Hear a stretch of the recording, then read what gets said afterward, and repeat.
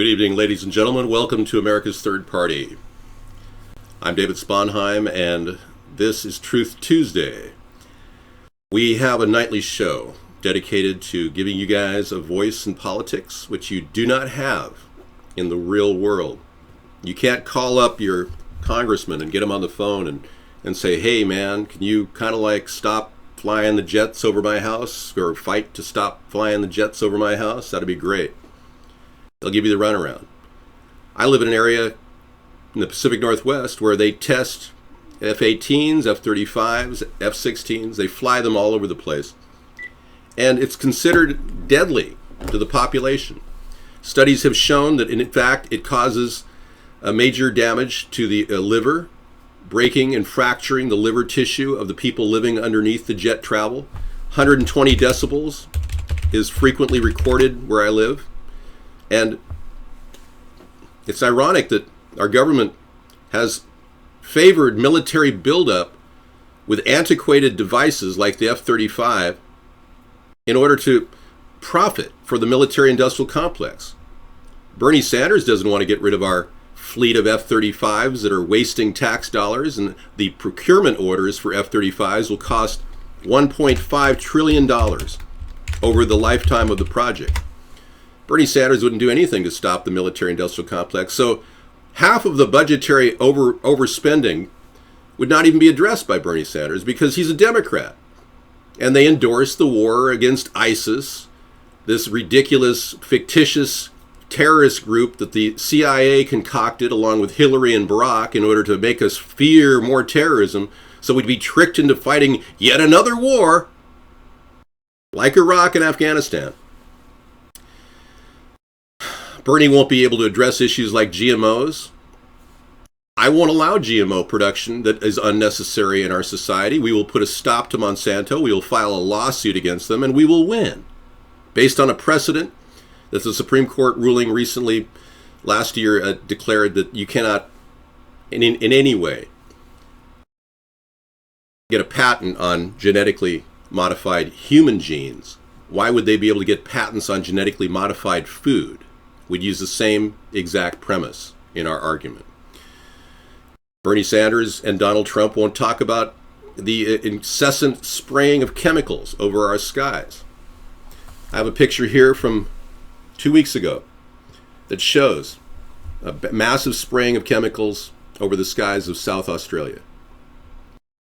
This is an indication that they are literally carpet bombing with sprays over our skies. You don't have to disagree with me and say that that's ridiculous, chemtrails or contrails. Contrails exist, chemtrails exist, jet exhaust exists, smokestack exhaust exists. Anything in the atmosphere that's dangerous to our breathing and our ability to function should be addressed by a public forum. This has never been addressed by a public forum. We've never had a discussion with anyone in Congress. Very little is being discussed. There's some local cities that are outlawing it, states that are looking at outlawing it. They're never going to get anywhere. We need a presidential person to champion the clean environment again. Where the Democrats drop the ball on the clean environment, we need a guy to step up and say, hey, we don't need to cap and trade you. We don't need to push carbon point legislation on you. Let's just fix the problem. Let's just go ahead and fix the problem. Let's just solve the problem with innovation.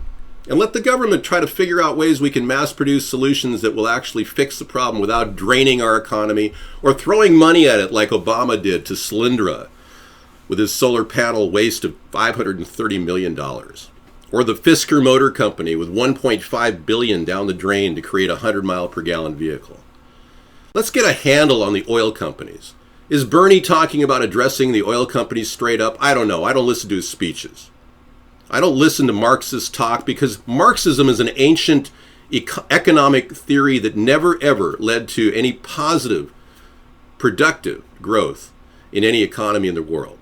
Every Marxist economy that I'm looking at right now, like Sweden, they're crippled with a burdening socialist nightmare where people are just going there to become wards of the state and live off the dole.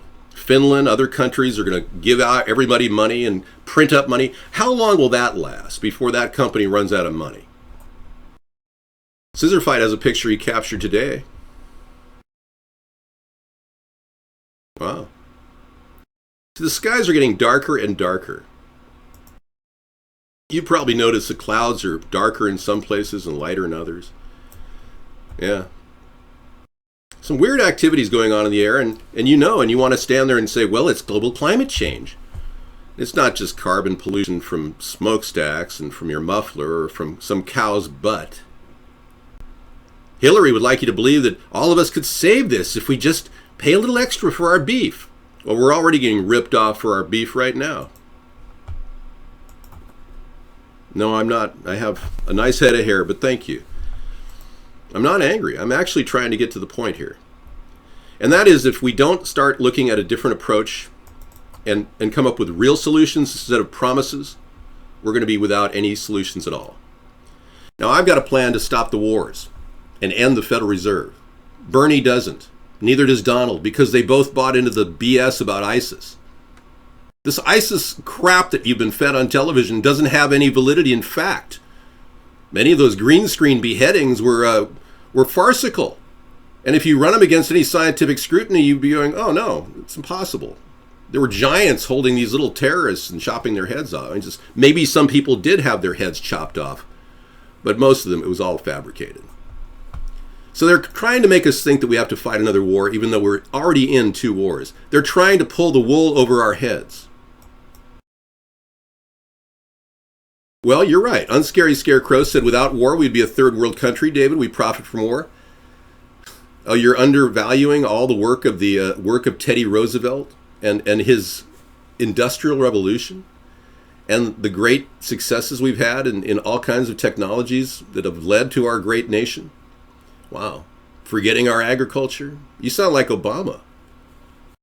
We don't need another war. We don't need more war to create more military weapons. You don't see where this is going because there is no long-term vision here. It's completely mindless. They want to create peace by establishing more war. How absurd is that? No, this is a real attempt to become president, and I urge you to consult your psychiatrist when asking big questions like that.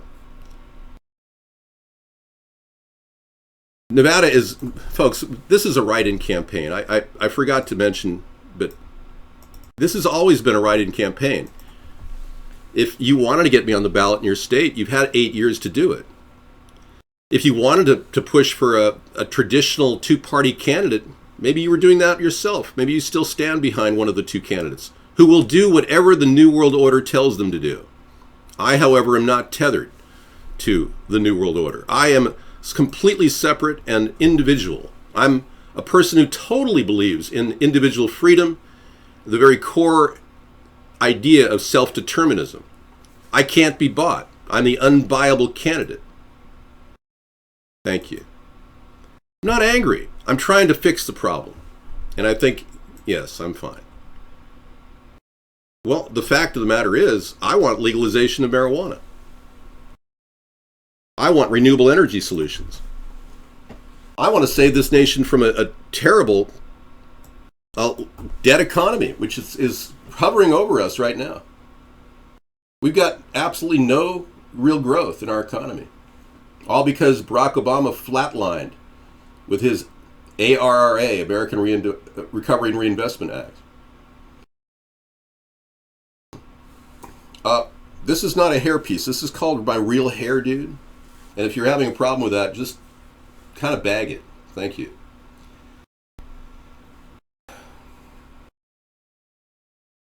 Oh, you have no idea. I'm just getting started. You've got the potential for biometric control of your brain coming with people like Hillary Clinton. Now, she made a comment recently that would make anybody wonder what kind of a person this woman is. What kind of character does she have? And it's kind of shocking to see this behavior of a woman who's hidden 5 months of emails, claim that she's not an establishment figure and that she's going to be completely transparent. And you Democrats believe her. That's what's really scary. You're the reason why we have Obama. You have to look into yourself and see what's wrong with you that's led to this terrible world that we're living in right now, where we have a stagnant economy with no growth. Yeah. You have to ask yourself the big questions. Because she's not going to ask those questions for you. She's a representative of the New World Order. She gets her strings pulled from people like Henry Kissinger, just like Obama does. She's a plant. She's just simply been put there to manipulate policy, to adapt, make sure you don't get anything and make sure they get everything. She said, at the rate that technology is advancing, people will be implanting chips in our children to advertise directly into their brains and tell them what kind of products to buy. This is something she's in favor of.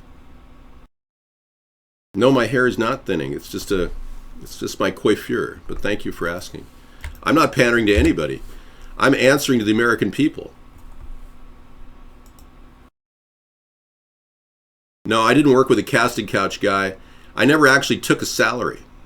He actually tricked people into going to a casting event, manipulating me into thinking that we were going to do a show, and he actually the whole intent he had was to get laid. He told me that. Right. Well, if you ask Hillary what are you going to do for the country, you might as well be listening to Henry Kissinger. Well, we are going to implement the New World Order. And we will not be asking any questions about Benghazi because we are simply using Benghazi to launch a support for our attack on Syria. Well, thank you very much, Henry. Nice to hear from you. I never slandered Bernie. No. I've never slandered any other public figure. Because you can't slander a public figure technically. And I think you need to realize that. Many of you don't know law. Bernie speaks highly of me. Well, tell Bernie to give me a call. I mean, my number is available. I haven't had a call from Donald Trump or Bernie Sanders, and Donald Trump is taking 6 of my ideas and maybe more. All I can say is thank you guys for getting the word out and talking about a third party nationwide. This has been very helpful. Yeah.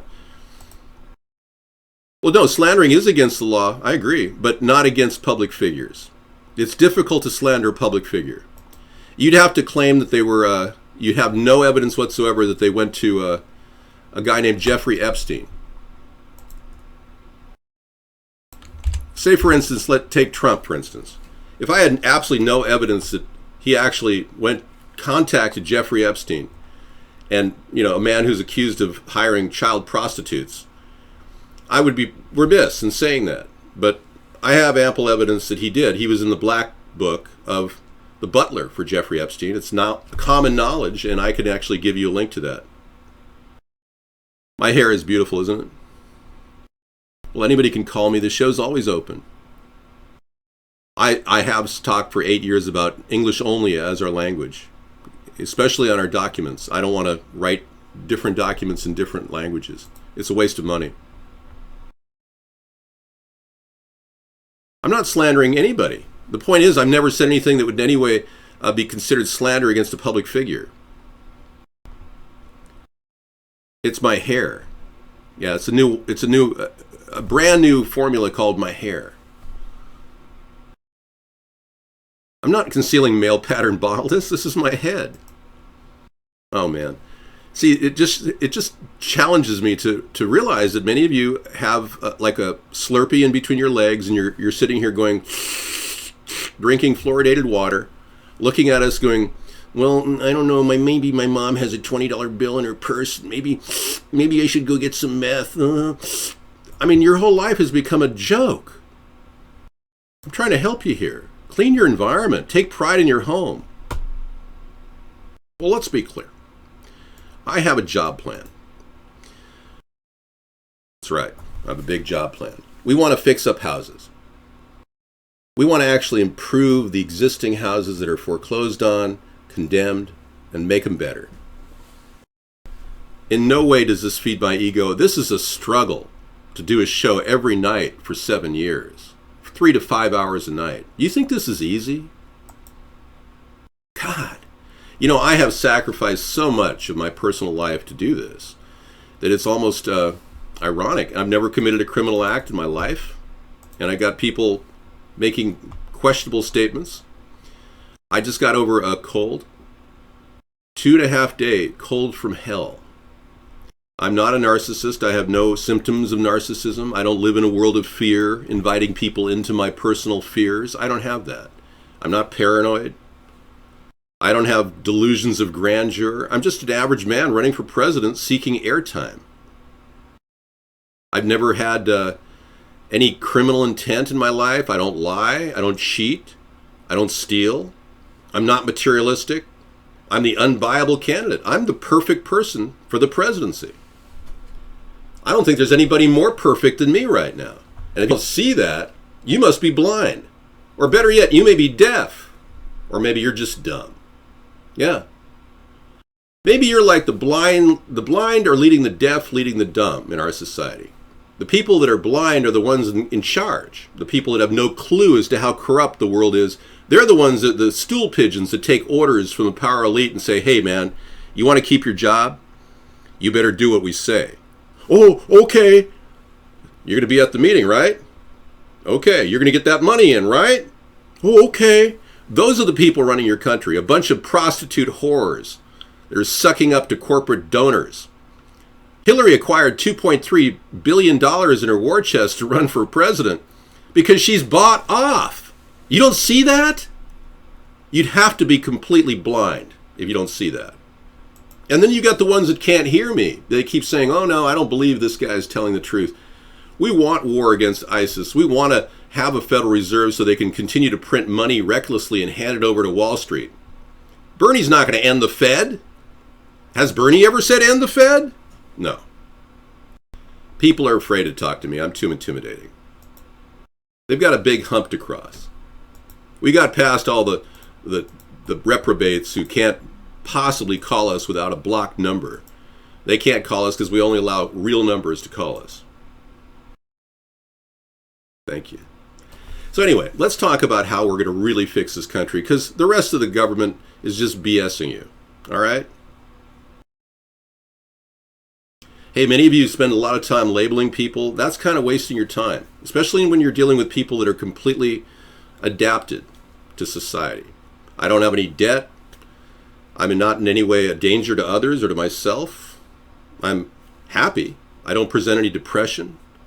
I don't think you could get a better, more balanced person running for president right now. Operators are standing by.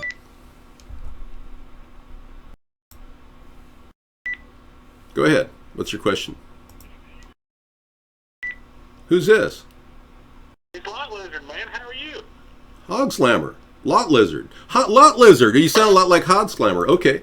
Yeah, I'm not wigging out. I'm giving you guys a good show. That's what this is called. It's called America's Third Party. And wow, we're got interference from Lot Lizard. Awesome. Add this caller to your current call. All right. What's your question? What's your question? That's not true, man. Yeah, so you're going to have to pay the piper there, buddy. They got a situation where the taxes are now due on all that money you got. Are you going to have to pay the IRS, man? I know, but these people, man, I swear to God, they're calling you gay and toupee. That ain't true. No, I'm not gay. Wrong, man. You are the strongest Vietnam man I've ever seen. Thank you, man. Look at that white suit. Look at that white suit. I guarantee if you stood up, we'd see the outline of a man. You know what I'm saying? Winky, wink, wink. You're a godlike person. Thank you for that. All right, Lot Lizard's obviously having a bromance with himself. Donald Trump kept a book of Hitler's speeches next to his bed. Wow. Gee, I guess I got to paint a picture here for you guys. Some of you really think Donald Trump's going to be your guy. Yeah. This is pretty interesting. Maybe you check this out. This link looks good. Let me get my other phone too. And let's get this show going here. We can do this.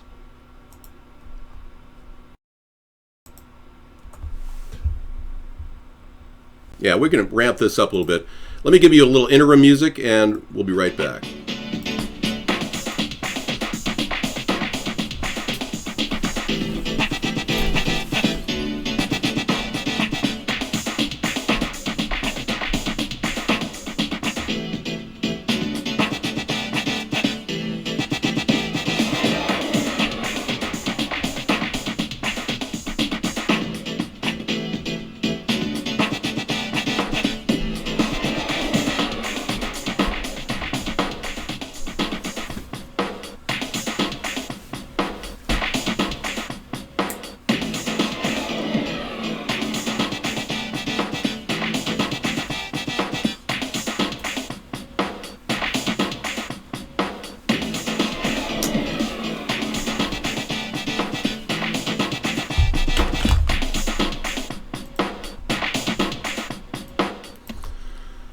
think that works for interim music. It's not bad, you know. Okay, at least it's, you know, it's not something that had to be copyrighted. I created that on Acid by Sony. Okay, so this is the link that kind of shocks a lot of people. Like, how could this guy have had Hitler's book by his bed, according to his ex-wife, and read his speeches and not be influenced by Hitler? Yeah. So we don't want another Hitler. This country is not ready for that. It's just ironic that we've got these Hitlerian figures that keep wanting to elevate to a whole nother level. That's a sad reality, that when a country's in dire need of leadership, they'll take anything. But the nice thing about what we're doing is, oh, my hair, yeah, I like my hair. I think it looks pretty good.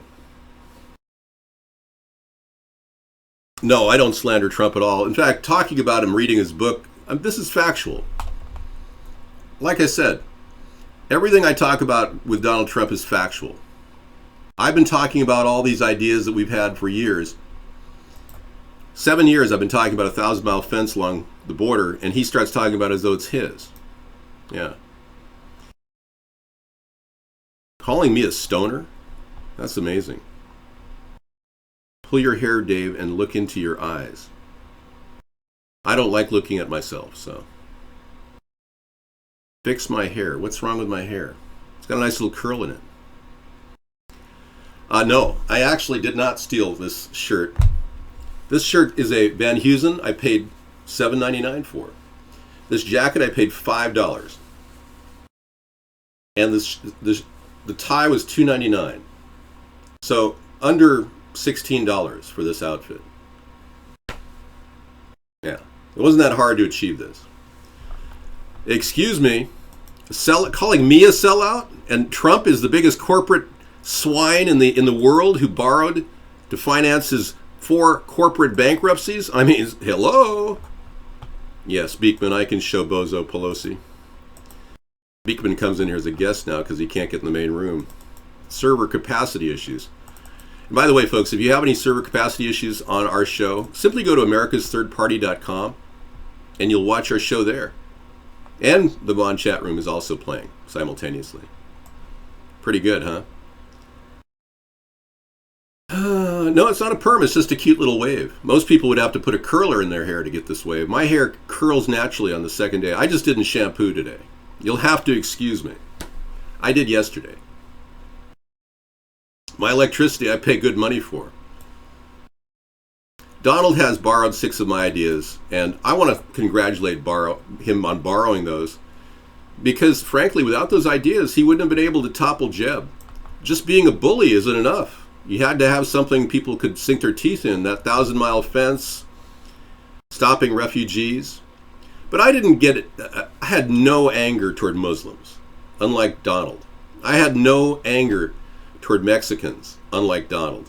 I don't hate Megyn Kelly and think she's bleeding from the eyes, unlike Donald.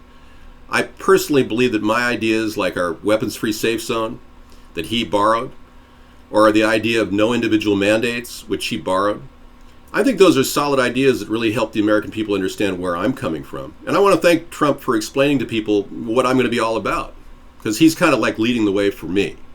I will be a leader that can respond to the American people, that people on the left will like. Right now, you got a guy who people on the left absolutely do not like. He's not like in any way like a Ron Paul character who wants people to end the Fed. In fact, Donald Trump has never uttered those words, end the Fed, to my knowledge.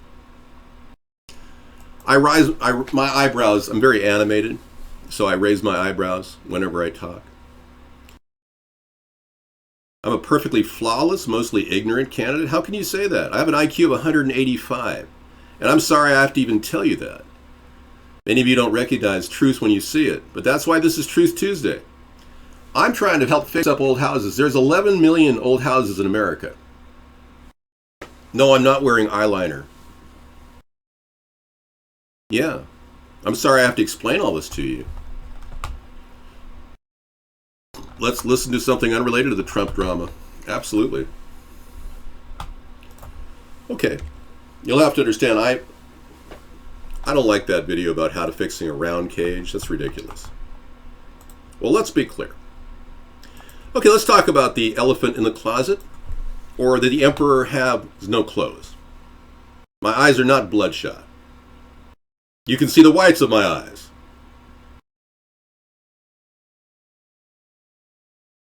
All right. Hey there, Amanda. Lot is not being nice here. Yeah, stop saying that, Lot. That's very wrong of you. Hi, Amanda. Yes, there's going to be a lot of wrinkles in my forehead because I have a very animated forehead, and believe it or not, this forehead has been moving around like this for 55 years.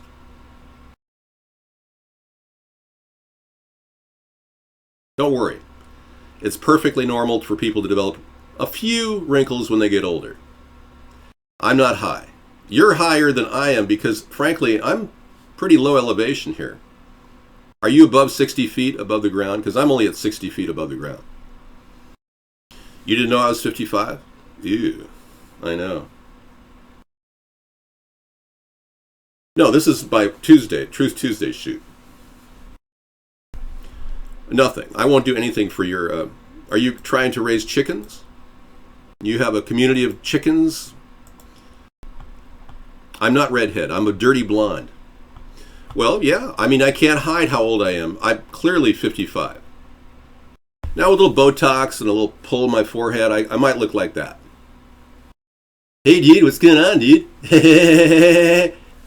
Serious up, man. But honestly, looks have nothing to do with what we're doing here. So could you please just disregard that I'm the best looking presidential candidate running? Please. Just put that beside. Listen to the ideas. Weigh them for what they're worth. Clearly we're headed toward a country that is a police state, and we're fighting that with liberty. Clearly we've got a country that's paying people unequal salaries, men versus women. We need equality. And clearly we need some sort of a formula that will be sustainable for our nation. Clearly. So I've got much better looks than any other candidate out there by far. And I know that. I don't want to brag. But let's minimize that right now. Let's just put that behind us. Let's talk about the fact that all of our ideas are rock solid. That if we have you write my name in, David Sponheim, for president, just write David Sponheim on the ballot. That's all you got to do. We will create a voter revolt. Now, we've got a website right now called AmericasThirdParty.com. I think you can see that above my head. And I'm going to show you how you can simply download this picture and print it for $1 at Office Max. Isn't that cute? Oh, thank you for coming in. You know, I told an 80-year-old woman today that she looked young, and I didn't even know she was 80. And you know, I knew some things about the woman. I knew that she just had heart surgery. And I thought, wow, it's just the nicest thing you can tell an 80-year-old woman. So I just told her, and she did look pretty nice. You know, she dyed her hair and she looked pretty nice. I wasn't hitting on her. Her husband was right there. He did kind of look at me like, are you hitting on my woman? Are you hitting on my woman? Are you hitting on my woman? Are you hitting on my...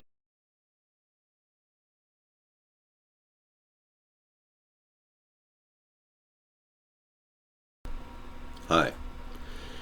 That was a little odd. Didn't mean to create the crisis there. I'm showing you our interactive chat room at America's Third Party. So if you ever run into server capacity issues, don't worry. I'm broadcasting right now on another channel, so you can actually see me over there. But yeah, we've also got a backup chat show in case of a massive internet crash. This is our survival center right here. We're going to have a little bit better trim for you. And our YouTube videos from yesterday, where I look like a corpse. All right, so here is a way to just right-click on this image and just copy it to your hard drive and send it to Office Max, Office Depot, or Staples in their print department. Just call them up, find out their fax number, and print it up for $1 or $1.88, depending on whether you want 8.5 by 11 or 11 by 17. Dude, I have no symptoms of psychological problems whatsoever. You know, many of you are grasping at straws because I don't have a criminal record. I've got a good record in business. I've successfully closed businesses that were not making money without having to go bankrupt. It's amazing to me how you're siding with a guy who's had 4 corporate bankruptcies and borrowed the money that he claims he has. I wish I had natural lighting. I really do. Let me bring on another light. Let me see if that changes dimension. Is this better? This is actually a little better, don't you think? Whoa, a little anger, hostility, yeah. Now I'm going to take, I'm like irradiated. Ah, hallelujah, hallelujah, hallelujah. There we go. I look exactly like Annie Lennox, really? Let's take a look. Missionary man. Okay. That's just not true. My hair looks nothing like Annie Lennox. The fact that I have a long neckline like Annie, and do I resemble her considerably, is really almost a, I think it's a very, I've always wondered why I found her attractive.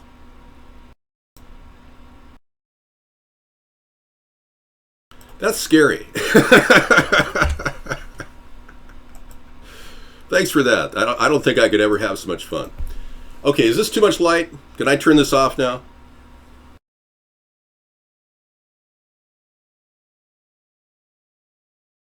Are those veneers? Yes, they are. Let's get some more music on here. Let's start talking about real talk here. Many of you are bored with the typical Democratic and Republican debates and caucuses.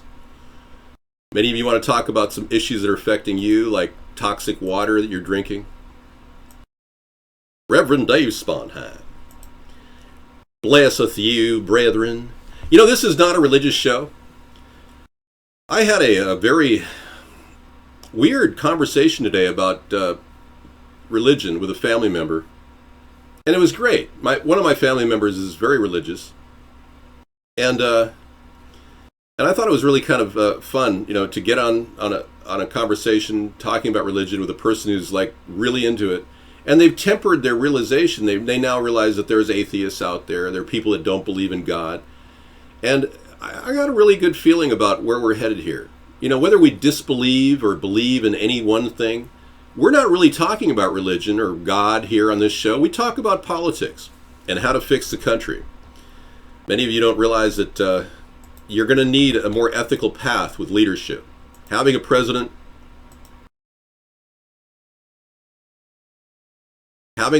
who doesn't care about ethics, who's willing to sell our country under the river or over the mountainside.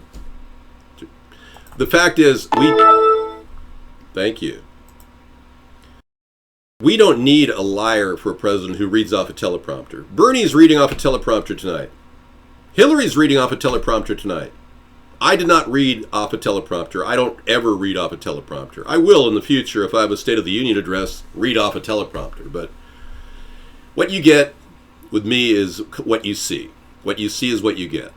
You get a person who can talk on any issue in a transparent way with endless stamina and persistence. I will have a daily show in the White House speaking with the American people in a transparent way every night. Exactly what you wanted from your disappointing President Obama. We will not be starting wars around the world. We will not be initiating conflict. I will subtract troops from the Middle East. I will not add troops to the Middle East. That's my solemn promise to you, and I can tell you no other candidate's making that promise. We will resolve this terrible war in Afghanistan, which is essentially about selling opium for a cheap price so that the CIA can profit $50 billion a year. We're going to end that whole little scheme that they're running, and we're going to solve the problems with key areas that are populated regions with our weapons-free safe zone concept. And that's my concept. I've had it for about 7 years now. So don't, if you're hearing those words from Donald Trump, he's merely borrowing the words. I will seek to raise the minimum wage, but what I'm shooting for is a 2% infrastructure bank offering 2% loans to U.S. businesses hiring U.S. citizens at a living wage of $15 an hour.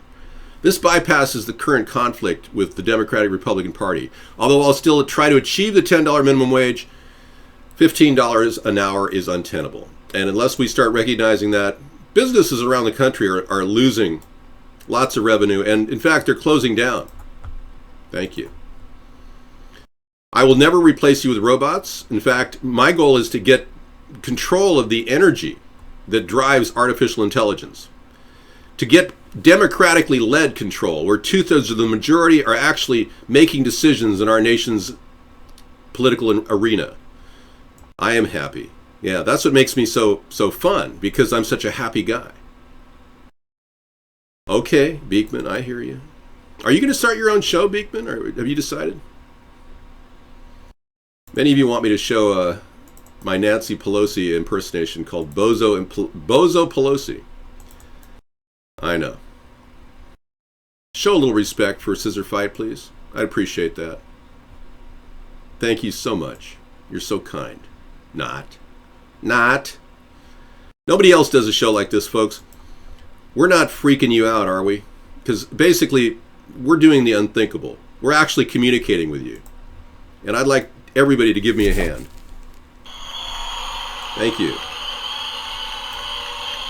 Oh, that's a feel-good moment for the show.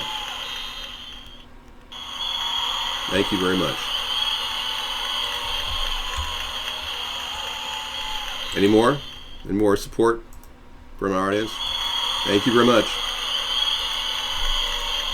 We are bordering on redundant here. Okay. Thank you. Okay. We love you, Dave. Oh, yeah. So I feel very loved and very comfortable in the role of leading this country. Unfortunately, I need a certain amount of clout to get my ideas out there. Whether I can bring my ideas to fruition or not remains to be seen. I need the clout of the presidency to build a seawater pipeline stretching across the California Salad Bowl area, Kern County area, in order to bring fresh water to the farmers there that are desperate. And I need to do that so I can implement it and get it out there within a short period of time. Anything else is just not enough. So yeah, let me give you an example of what we're talking about. Desalination has been a long-term plan that is not happening. And we believe that we need ocean pipeline modules that could actually desalinate water that right off the coastline that would be piped in to save some almond trees and olive trees that are about ready to die. They've been being watered with wastewater because Nancy Pelosi has been so poor as a potential leader. She diverted, about 7 years ago, she diverted all that water into the Delta Spelt to save a few smelt fish. So we've lost down in California, and there's systematically a drought growing there. So yeah, creating a solution like the ocean pipeline is a fantastic idea. Let me give you a brief explanation about what this is. And I want to thank everyone because we broke into a new dimension last week. We didn't realize this, but I'm a U.S. citizen. I'm a 16th generation American. The Ocean Pipeline Project is all about taking water that is seawater in here and having it sit there in a clear translucent module. This is a clear translucent module to allow sunlight to bake in, and each one is a tight package so that it's a total evaporation center. And I must tell you, this is a project that actually could take off and become viral, because this unit right here I've priced at about $1,000. And you can imagine how far that money will spread. This is about 11 foot long, 7 foot wide. We connect them together and string them along the entire length of that region, about 200 miles, and then create a matrix of these things and gradually pan out to provide fresh water to areas even inland, like Nevada, Arizona, Phoenix, as far across Las Vegas even, which we know is going to be facing a drought now because of what they're doing. All right, so we've got a lot of new ideas, and we are coming to you daily with new ideas. Nothing like this is coming out of the two-party system. Nothing. This seawater will not actually get outside these modules. They'll be trapped. No, it's not a comedy parody show. But nice question. My ideas are being taken from all over the place. I'm the idea man. When I saw Obama on the scene, I knew that this guy did not have any solutions at all to face the country, to deal with the country. Obamacare was actually written in jail. Believe it or not, the Affordable Health Care Act was actually written in a prison by a guy who is serving 10 years for tax evasion. The Democrats had him write it. Over 60% of it was written there. Nothing is in this show is a lie. Everything is the truth. Why would I lie on Truth Tuesday? And why would I lie in general? And why would I be running for president lying? Everything I say I can back up. Even though I may need a subpoena to get my cum folder revealed from my early elementary school days and my high school days. I'm not a liar, dude. I'm telling you straight up. This is real.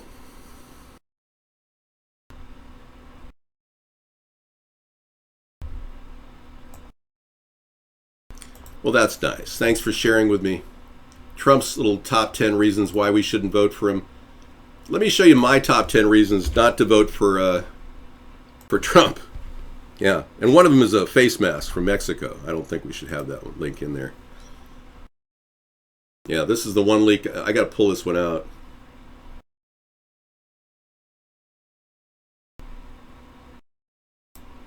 I'm going to delete the El Chapo link to him being threatened by El Chapo. I'm making some augmentations. These are the top 10 reasons not to vote for Trump. There's good ones in here. Some odd things, too. They got the foreshadowing going on by the Illuminati, or whatever they are. Putting a Donald Trump South Park episode out there. That was interesting. I don't think we need that one either. I'm going to pull that one off the list. That's just too weird. Okay, creepy video of Donald Trump saying he would date his daughter. Donald Trump wanting to ethnically cleanse America to make it great again. Undocumented Trump hotel worker speaks out against Trump, his employer, despite risk of losing job. Immigrants reportedly helped build Donald Trump's D.C. hotel.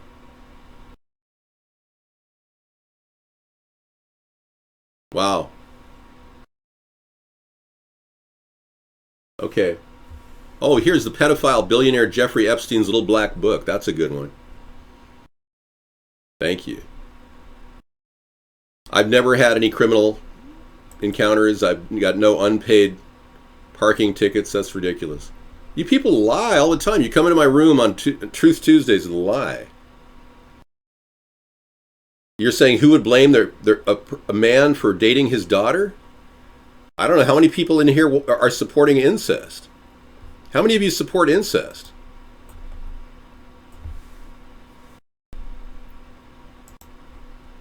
Yeah. I am open. I'm there right now.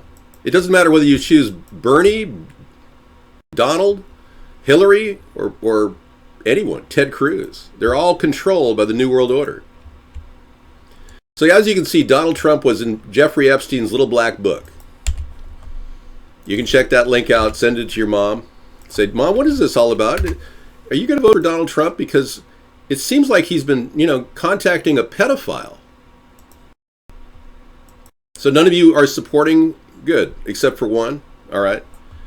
Well, that's what you're trying to insinuate, that it's okay to date your daughter. That's what obviously Donald Trump was trying to say. He would if she wasn't his daughter, right? Okay. It's only slanderous if he didn't say it. But he did say it on live TV. Let's go to that video.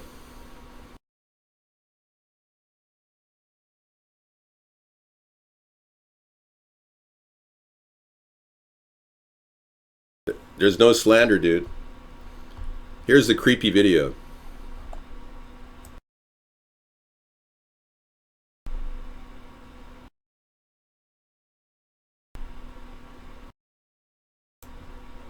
No. Well, let's be clear. Yeah, there's no slander here. Listen to the horse's mouth. Here we go.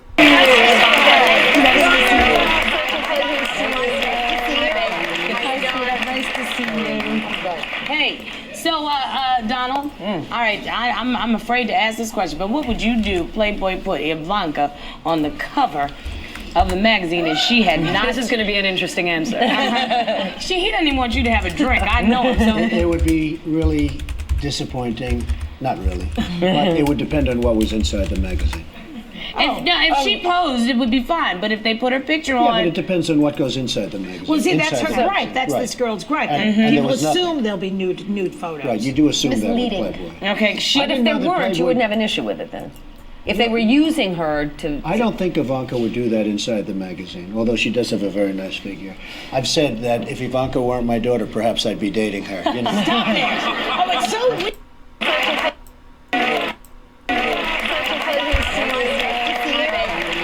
Holy moly! I cannot believe he'd say that about his own daughter. I'm shocked. Can you imagine standing in front of an audience saying you'd want to have relations with your own daughter? She's so pretty. I don't know, man. It's just something weird about it. Just doesn't set right with me. It alludes to that, yeah. China deploys fighter jets to contested island in the South Chinese Sea. Yeah. We knew this was going to happen when Obama created the pivot to China to arm ourselves against China and further divide our nations. Yeah, Obama's mishandled relations with China something fierce. And Donald Trump, we already know, with his supposed 30% tariff, would destabilize trade with China, forcing our nation to become dead in the water. Yeah, no trade. Have you noticed that there's very little trade going on between our nations now? A lot of ports are shutting down. There's a longshoreman strike on the East Coast in New Jersey. Last week we noted that there were no transatlantic shipments slated. Have you also noticed that your box stores are starting to show empty floors, empty shelves? Have you seen that? I don't even know why I do the show like that. Yeah. No, I'm not a bloodhound. I'm more of a, comparing me to a canine, I'm more of a pit bull. Yeah. I actually had a collie for years, so. Yeah, collies are really beautiful animals, but I'm not like a collie. I'm a little bit more aggressive than that. Collies are very passive. Your stores are stocked. Shelves are empty and bare. I went to Home Depot the other day. I cleared off the entire shelves. There's nothing there. Normally they stick out the obligatory plastic boxes. When stores are starting to run out of space, they just order plastic resinware in boxes. They've got an empty space. They want to fill it with something cheap, mass-produced, something that kills the environment. No, there's no slander going on. Like I said, he really did say he would date his daughter. I'd like to talk about meaningful issues. My healthcare plan offers a public option. Yes, and it's an opt-in plan. A simple, non-mandatory opt-in plan for $60 a month. You'll have full medical and dental, and I anticipate about 20 million initial users. Realistically, there's about 70 million people still in America uninsured or underinsured, if not more. And if you look at underinsured, it's huge, but I believe 20 million to start. That'll generate $12 billion in capital. And if we work through our public hospitals and our nonprofit public hospitals, as long as we put limits on how much we pay for procedures and how much doctors can earn and how much administrators can earn, put a cap of, say, $150,000 per year would be a good cap. Hey, the reality is public officials cannot be slandered unless you go to the nth degree and you push it to the limit. If I were to call him a murderer, for instance, and if I were to say that he killed those men that died in the helicopter that crashed that were critical to financial oversight during the bankruptcy hearing for Resorts International, if I were to say that that really did happen and he murdered those people, that would be slander. Because there's no proof of that. Just because he was going to get on that helicopter in 1991 and take a trip with his financial advisors to the hearing, and he decided not to, and they went off and crashed, and they were the key people that were necessary to testify in that bankruptcy hearing, that's just happenstance. I would never accuse him of being a murderer. You see what I'm saying? There's a big divide here. So you can't go around calling people murderers when they're not. All right? Now, I honestly think that Trump is a person that could be a good negotiator, but could destabilize relations with countries around the world, much like Obama has with Putin. I believe his incredibly annoying and diversive, unleashed mouth has put him as a vulnerable candidate and has made me a more viable candidate because I don't go running my mouth off about Muslims or attacking women. There's no slander going on here.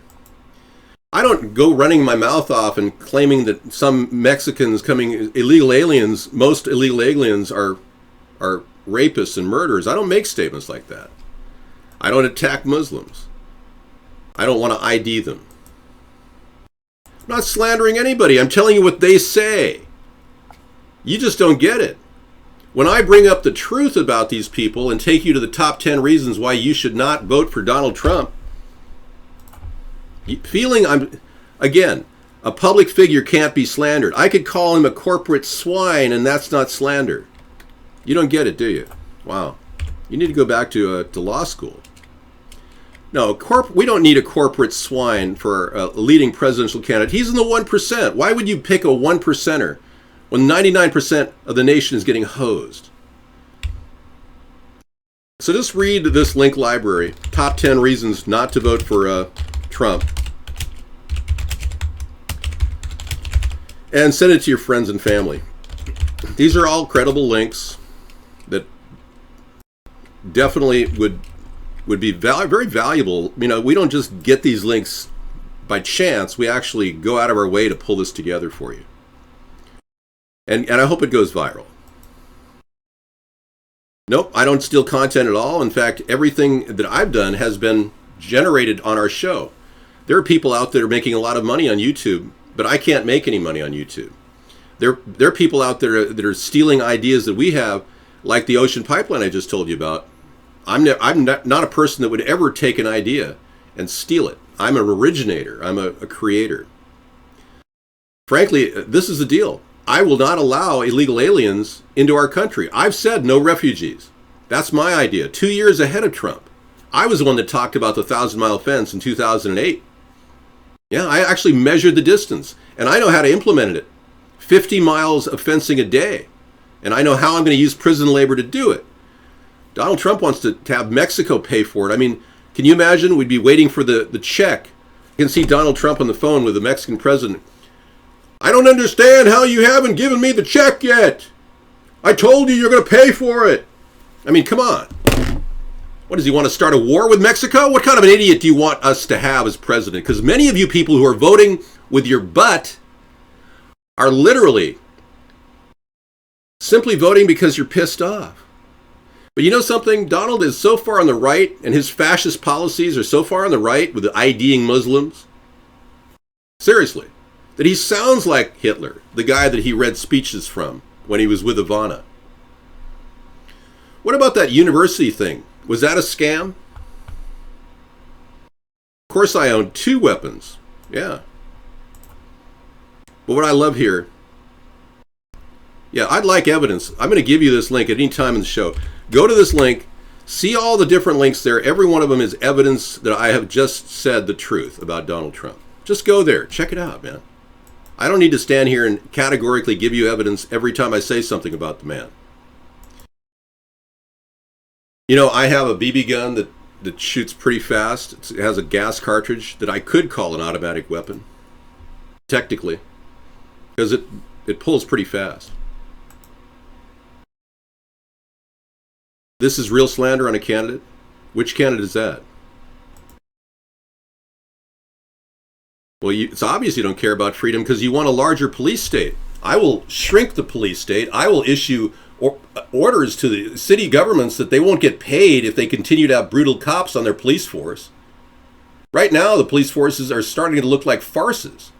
I want them to be much more in tune with the community, and I want them to be ready to go to provide assistance in domestic violence cases.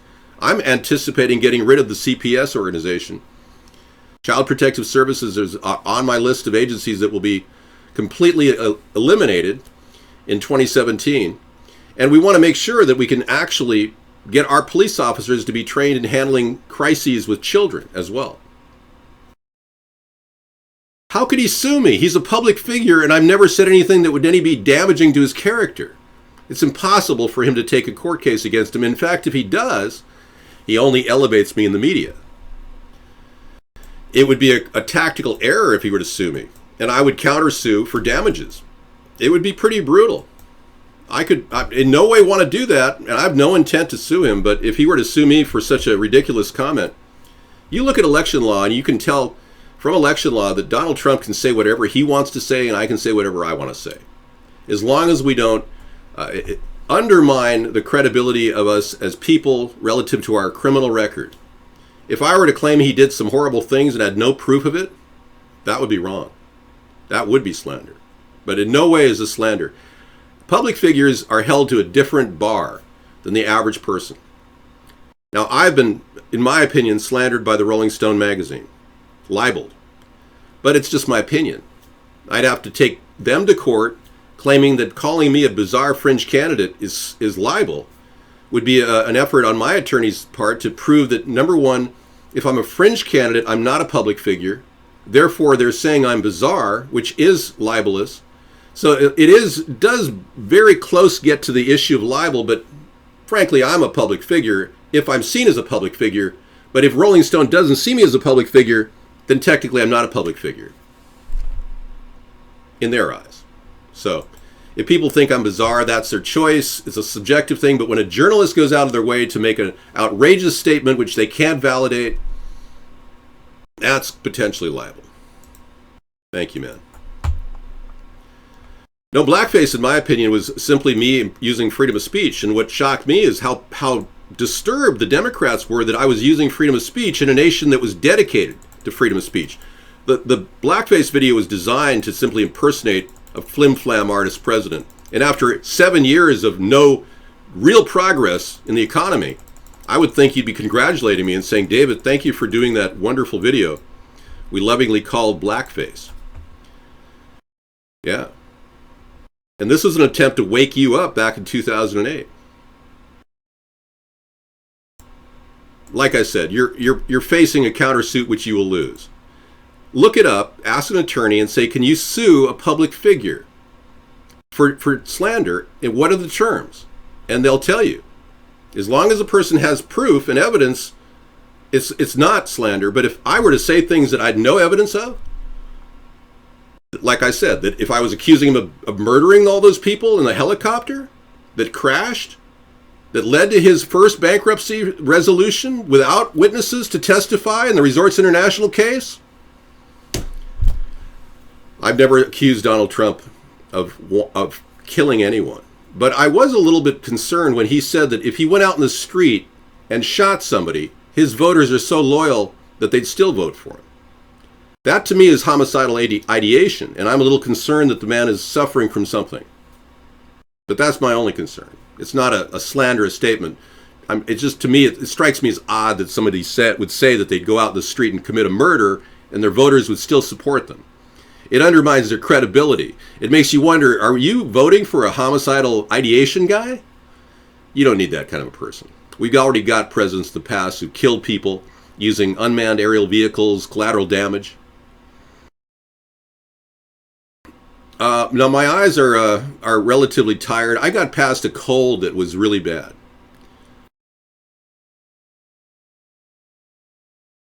You know, again, if you don't look at my ideas and recognize how censored our society is, this entire show is kind of a joke for you, and it kind of undermines the credibility of everybody who is in the show trying to talk about real issues. Now, you're lucky I read 6,000 words a minute because it gives me the ability to actually track conversations. We don't need more collateral damage from presidents like Obama and Bush. Obama was involved in an attack on Yemen, in which they claimed that General Saleh was involved, and he agreed. Saleh denied it, and then later said he knew about it. But attacks on villages, unnecessary collateral damages have been going on as much as with the Bush administration, under the Obama administration.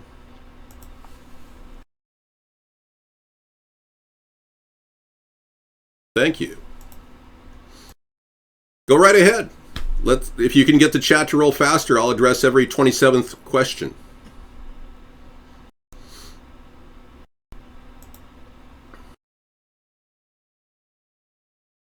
Well, I'm glad you came into the show and we can talk, you know. Apparently you don't want Donald Trump to be questioned on anything. So I have only one place to send you, and that's my delicious link library.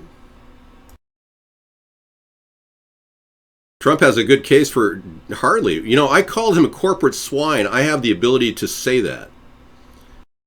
Yeah, and I referred to his activities with Jeffrey Epstein in the blacklisted book. He doesn't want that to get to the surface. That would get to the surface. Everything on that list is extremely indicting of Donald Trump. Just go there. Check it out. Yeah, you want me to go there with you? We'll spend the whole night looking at each link. And then we'll take Hillary on. Okay? Because I got a whole library on Hillary. I've got 10 links on Hillary I want to deal with. But I'd rather talk about America's problems. But doesn't it faze you that Donald Trump used to read, according to Ivana, his Hitler speeches? Doesn't that bother you? That he was reading Hitler's speeches when he was living with her? Or that Anne Frank's stepsister compared Donald Trump to Adolf Hitler? Does it bother you that his son kills exotic animals? That's another issue. Kind of many of you PETA people will be upset about that. And then the whole issue about him saying Muslims should be forced to wear ID badges. That's the one I want to get rid of. The terrifying Trump mask, a Halloween hit in Mexico. I don't think we need to do that. I'm going to delete that one. I don't think that's relevant. Okay. Inheritance from his dad. Protection mostly did the trick. Government's protection. There you go. That's a good reveal. Trump's dad was arrested in 1927 in a KKK cop brawl. None of these things are slanderous or in any way libelous or in any way defamation of character is being engaged in. I'm merely sharing. I shared you the video of Trump with his daughter. Donald exposed. The Zero Hedge Fund did a deep investigation. Donald Trump's hopes to ethnically cleanse America to make it great again. That's a good article from Politic USA. An undocumented Trump worker speaks out against her employer. These are not slanderous statements. These are all real, evident, out there in front of people.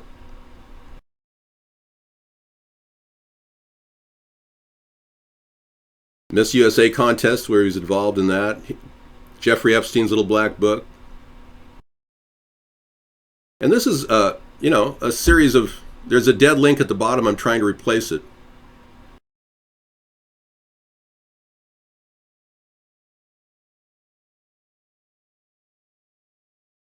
This is an interesting story about Trump's university.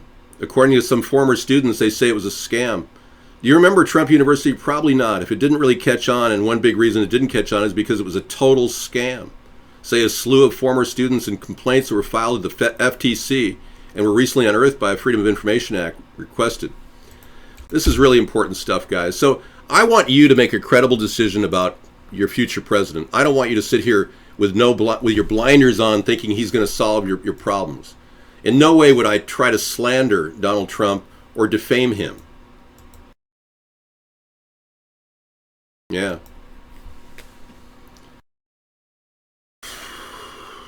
Please, Darth, don't do that. Yeah. You have a lot to live for. Yeah. You wouldn't want to hurt yourself. Think of all the times you could come in the future and just, troll our account. You're missing out on good times. And no, I don't owe you any money. I don't hate Trump. I don't dislike him as a person. He doesn't really have what I consider presidential material in him. Borrowing my ideas is not appropriate. I have proof I came up with all these ideas back 7-8 years ago, for the most part. We have proof, in fact, on one of our YouTube videos where he actually came in under the character Donald Trump on Ustream, and I'd have to subpoena Ustream to get that information. Yeah, he took all of my ideas. I'm sorry you're depressed. Yeah, we actually had eyewitness proof that a person by the name of Donald Trump came into our Ustream show, and that's hard to do because Ustream sold those names. They're expensive. And claimed, and the chat we had was fairly civil, and it was interesting. No, we actually had a YouTube video where Sarah said, yeah, and then Shrek was in the room too. He heard us say it. It's all been documented. I could call him as a witness.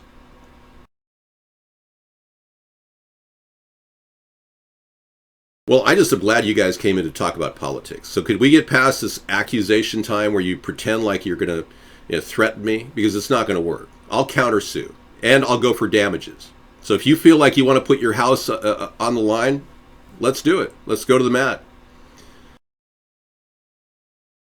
I don't chat on IRS. You mean IRC? Or talking about the IRS? We can talk about the IRS, yes. No, his name was Donald Trump. And he came in our room, our Ustream room, and we would have to subpoena the records of Ustream to figure out who, in fact, is Donald Trump. And it was at an IP address originating from Manhattan, or his location. Well, great. Let's bring it, yeah. I've got enough proof behind me to back up everything I've said about Donald Trump. Well, fearing me is not something we need. We don't need a president who wants the presidency because he thinks it's a chance to make more money or something. I don't want a corporate swine running this nation. We've got that with the Bush family. We got that with the Clintons.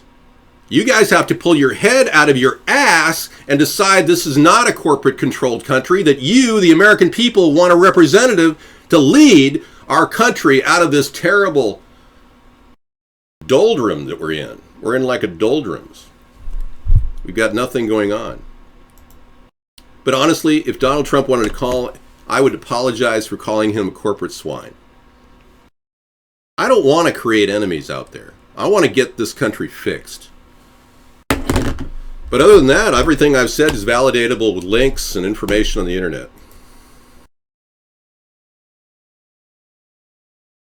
Hey, good luck with that, man. I don't have any instance of slandering Trump once in my entire life. In fact, like I said, the bar for slander is not available for politicians. I'm not sure if you've consulted an attorney. You need to look into this. No, I'm not. I'm seriously saying that if we're not allowed to our freedom of speech does not protect me in saying I believe he's a corporate swine, then there's a serious problem here. Yeah, I'm entitled to my belief. I don't like the Wall Street 1%ers. I'm really upset that they've stolen so much with the fractional reserve banking system. That's my biggest concern, that the Fed gave out too much money over a short period of time, and frankly, none of it went to the American people. Fearing somebody and wanting to lay a lawsuit against that person is absurd. You're trying to shut down freedom of speech. That's not going to hold up in court. Sorry. I am campaigning every night. I don't know anybody who's ever put more energy into something like this. Believe me, if Trump was elected, hypothetically, I'd go after him as hard as I did the transgender Michelle Obama. And I was threatened countless times for simply saying what Joan Rivers said in front of a camera, that she thought that Michelle was a tranny, that Barack Obama was gay. Don't you think that's slanderous? It's not. There is absolutely nothing slanderous about it. You're entitled to your belief in this society, and you're entitled to say whatever you want about a person, as long as you're not making up falsehoods. Now, I can validate things that I'm saying, but I can't go and have Michelle Obama's pee-pee looked at. That would be absurd. But I've asked many people, have you ever seen a picture of pregnant Michelle Obama? And the answer is no. There's not one single picture of a pregnant Michelle Obama. Why didn't Michelle sue me? Why didn't Hillary or Barack or any of these people sue me when I was telling the country about how they've been lying about Benghazi and supporting terrorists around the world? Why haven't I been sued by them?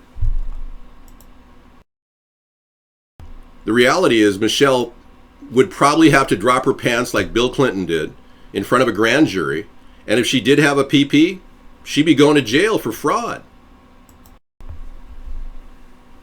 I'm not in cahoots with any of these people. If I were a shill, I would have been in the media by now after 7 years of doing this. Just use your simple logic would tell you that. I don't think recreating Atlantis on the Atlantic Ocean is something that I need to do. It's already been done. Let me take you on a wild journey. I never had sex with that woman. I never had sex with anyone. Frankly, I congratulated Donald Trump in using my ideas to beat Jeb Bush. Let's take a look at this. I mean, are these people slandering Donald Trump here? Claiming that Trump University was a scam? Are they slandering him? You want to shut me up because you want to stop freedom of speech. You want to shut me up because you support Trump because he wants to ID Muslims and take away their freedom of religion. You want to shut me up because he wants to say that Megyn Kelly is bleeding from her eyes or whatever. Is that slander against Megyn Kelly? I didn't see her bleeding from her eyes. Did you?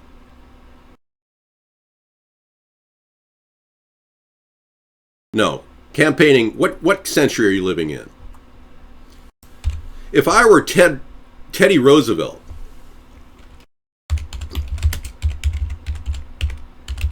and many people think I am Teddy Roosevelt, the reincarnation. My fellow Americans. No, please don't support anybody else here besides me for president. Thank you. Ask not what your country can do for you. Ask what you can do for your country. A young Teddy Roosevelt.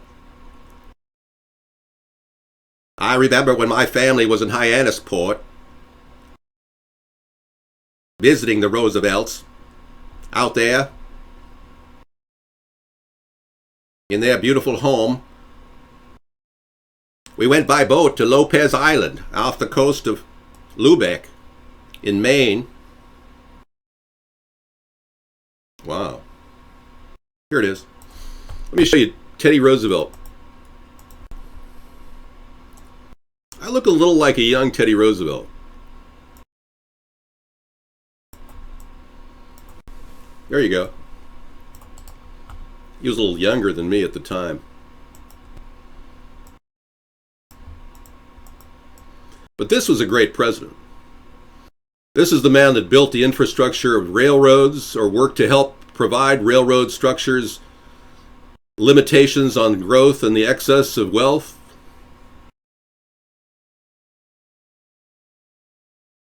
We need another Teddy Roosevelt, an innovator, a man who can help solve America's problems and bring us back to real greatness built on equity, not on borrowed money. Not borrowed money of corporations given to other corporations or the Federal Reserve handing out friendly 0.34% interest loans. That's how much Wall Street gets.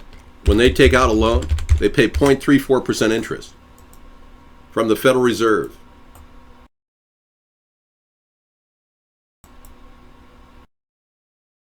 Well, maybe Teddy Roosevelt had a similar life I've had. I pretty much had a very tough childhood with illnesses. Teddy had a very tough childhood with illnesses. I just want you to all to know that if you think calling Trump a corporate swine is in any way trying to defame him, it's not. It's called an opinion, okay? I don't like corporate suck-ups. I don't like people that spend all their time schmoozing big money people to continue parlaying their fortune with cheap 0.34% loans when you guys are taking out 26% interest loans with your credit cards. It's usurious, and it's wrong, and it's unfair. I believe that we can stand for the 99%. We don't need 1%ers running for this country. I want all of you just to realize that deep down, if you really want to, make a good choice in this election, you got to stop the two-party system. If you don't stop the two-party system, this is a wasted vote, because they are going to do the bidding of the very powers that have led us to this place where our country is weakened, where immigrants and illegal aliens have come into our country and broken through our borders and forced our nation to support education, medical, and even giving them refugee loans of $10,000 guaranteed. No U.S. citizens have gotten those deals.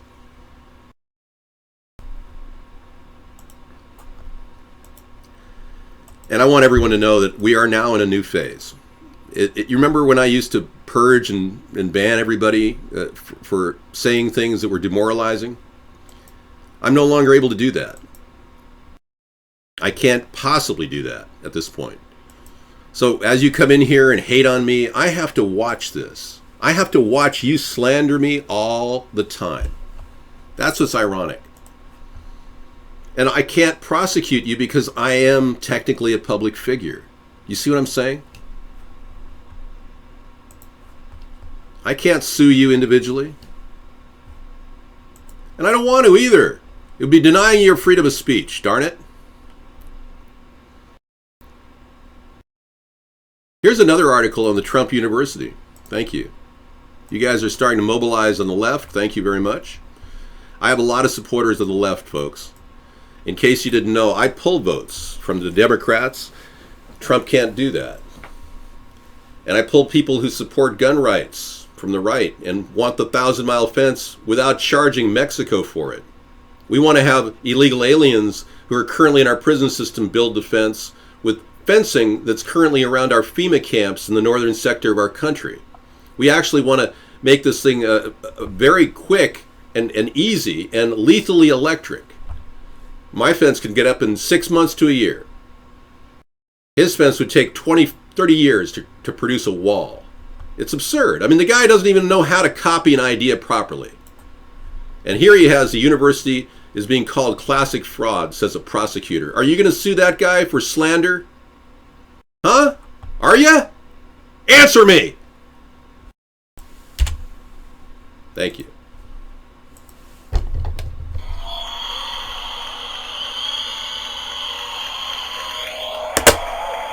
The gun rating from the NRA is great. C- is exactly what they would give any Democrat. I ran as a Democrat for 30 years, and in 2008 I left the Democratic Party, and in 2014 I said, okay, in Washington they have two choices. You can choose preferred Democrat or preferred Republican. So I decided, well, I'll prefer Democrat. I just got mentioned on CNN as a bizarre fringe candidate. Excellent. Thank you, CNN. At least you got me on the air. It's only taken 7 years. I don't feed any info to the NSA. Unless, of course, my phones are tapped, which technically they're able to do now. Because your supporters of Trump have to understand that Donald Trump recently said that he would boycott Apple in a tweet. And what about all these other tweets that Donald can't control, like the white supremacist retweets and these things? He's in a mire of problems because he keeps retweeting very hateful stuff. Who kicked me out? No. No, I got 4,200 votes in the recent election in my area, which 90% of my signs were stolen.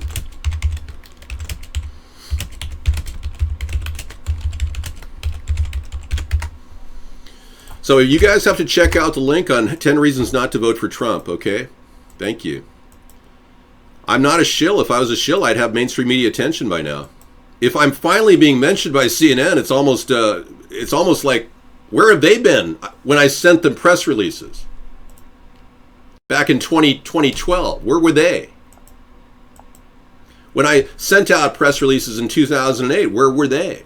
I mean, these people don't want to have democracy. They don't want freedom for you. They want an enlarged police state with a deportation force run by either Hillary or Donald. In the case of Hillary, they want all the illegals to come into the country. In the case of Donald, they want a massive police state where they can go door to door and say, "Are you Muslim? You look Muslim. You are hereby ordered out of your house. You must show papers." It is just like Nazi Germany with Trump. You like that? Believe me, 90% stolen signs is an indication. It's a litmus test of how corrupt these two parties are. I did that to show you. I literally threw my money. I'm the largest investor in that campaign. And I threw my money at that just to prove to you that our country's political system is bought, completely sold, and owned by corruption. That's why I'm building this third party. What about that do you not understand? I don't know. I've been mentioned on very few mainstream media. If it's just happening now, it's for a good reason, because it's about time I had a chance to speak on the issues. You know, I probably won't make the debates this year because they won't allow anybody to debate until 15% of the population supports that person. That's what the Commission on Public Debating says.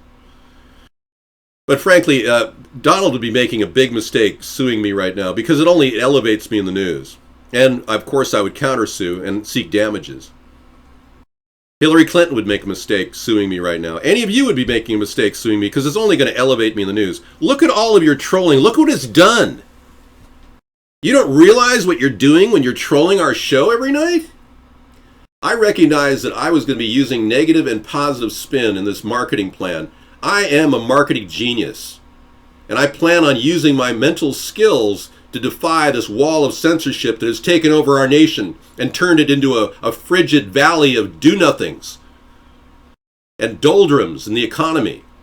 We have a veritable dead start to create in 2017. And Donald Trump's only mechanism is to borrow money. Let me tell you about the truth behind our country. Oil companies control the price of fuel and renewable energy too.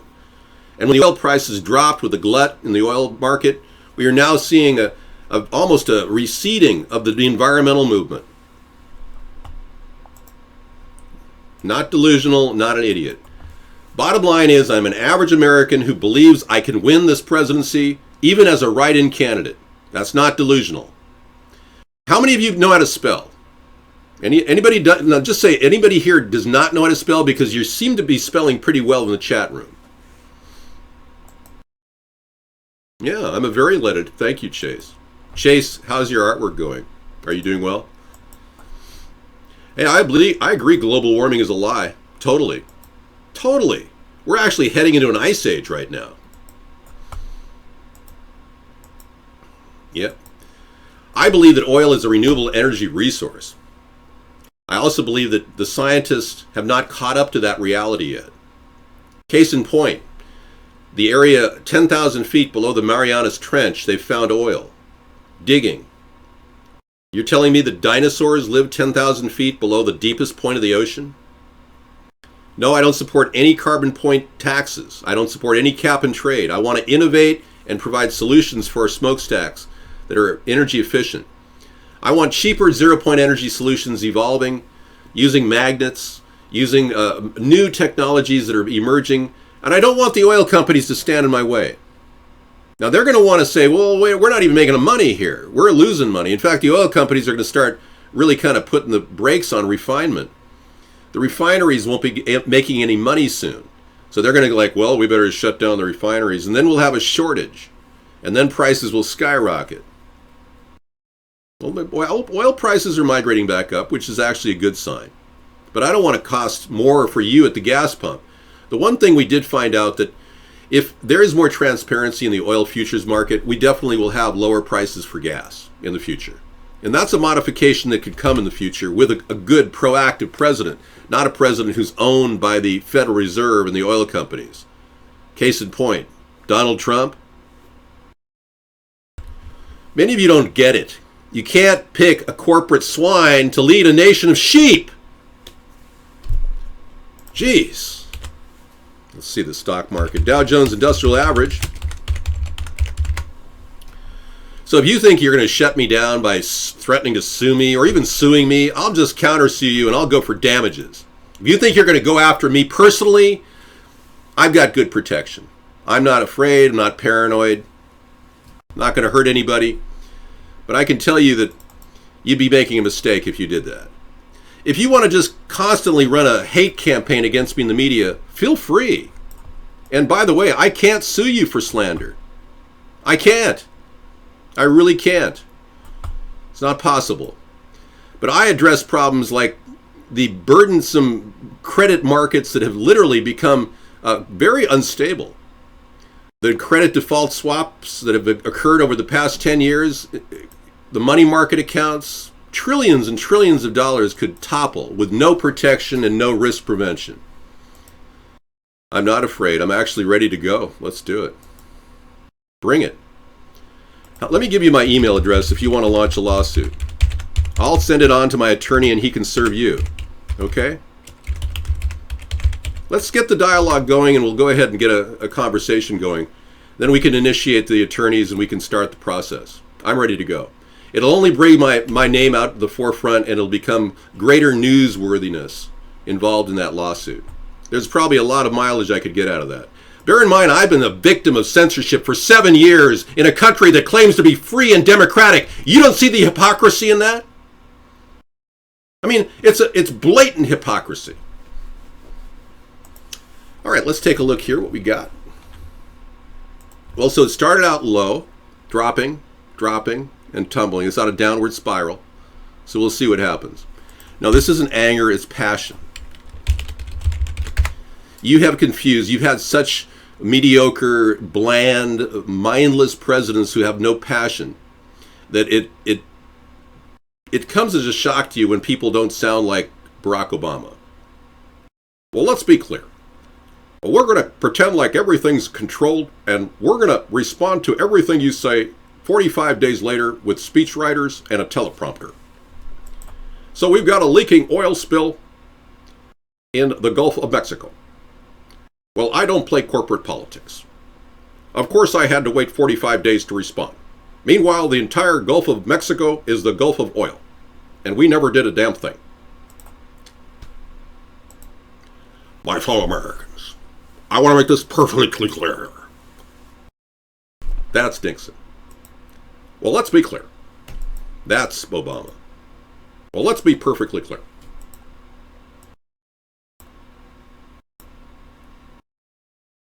Hey, great. You guys hang out. Bring it. Yeah, like I said, bring it. If you want to just do that, I'll be glad to go to the mat.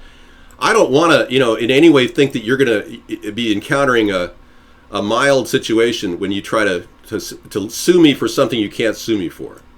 It'll be thrown out of court in a day simply on the grounds that you can't sue a public figure being slandered. You can't, there's no lawsuit there. You need to read election law too. As long as I'm not defaming him by claiming he's this, that, and the other thing that I can't prove, I can validate everything right here in this link. Everything that I've said on the show. Top 10 reasons not to vote for Trump. He may be a great guy, but he's a divider. He's not a uniter. He's not going to actually listen to the Democrats and Republicans and sit down at the table and really get input from both sides. You're going to see the same thing you had with Barack Obama when he claimed he was going to have meetings at C-SPAN to talk about health care. Never did. Donald's not going to meet with the Democrats on issues. You know that. It's going to be another my way or the highway administration. We need a person who can negotiate both sides of the aisle evenly. Feel free. Yeah, go for it. My real solutions were all taken and borrowed by Donald Trump. I've got many more. We actually wrote a book called Hybrid Capitalism, which you can go buy right now for 99 cents and download to your computer. I mean, I made this incredibly easy for all of you to participate in this event we call America's Third Party. So it doesn't get much easier than this. You can actually, for $1, download a book and read about how we're going to fix the country. And all of our ideas are relevant for 2016 and beyond. Now, writing a book, coming up with brand new solutions for the country, this is what a future president is all about. Having a template for economic revival. Trump writes books about himself. I've never written a book about myself, but I'm writing one right now, an autobiography, but it will be more of a kind of a reminder to you of what we're facing in terms of America. What's the future for this country? But yeah, the book is right here. You can take a look at it.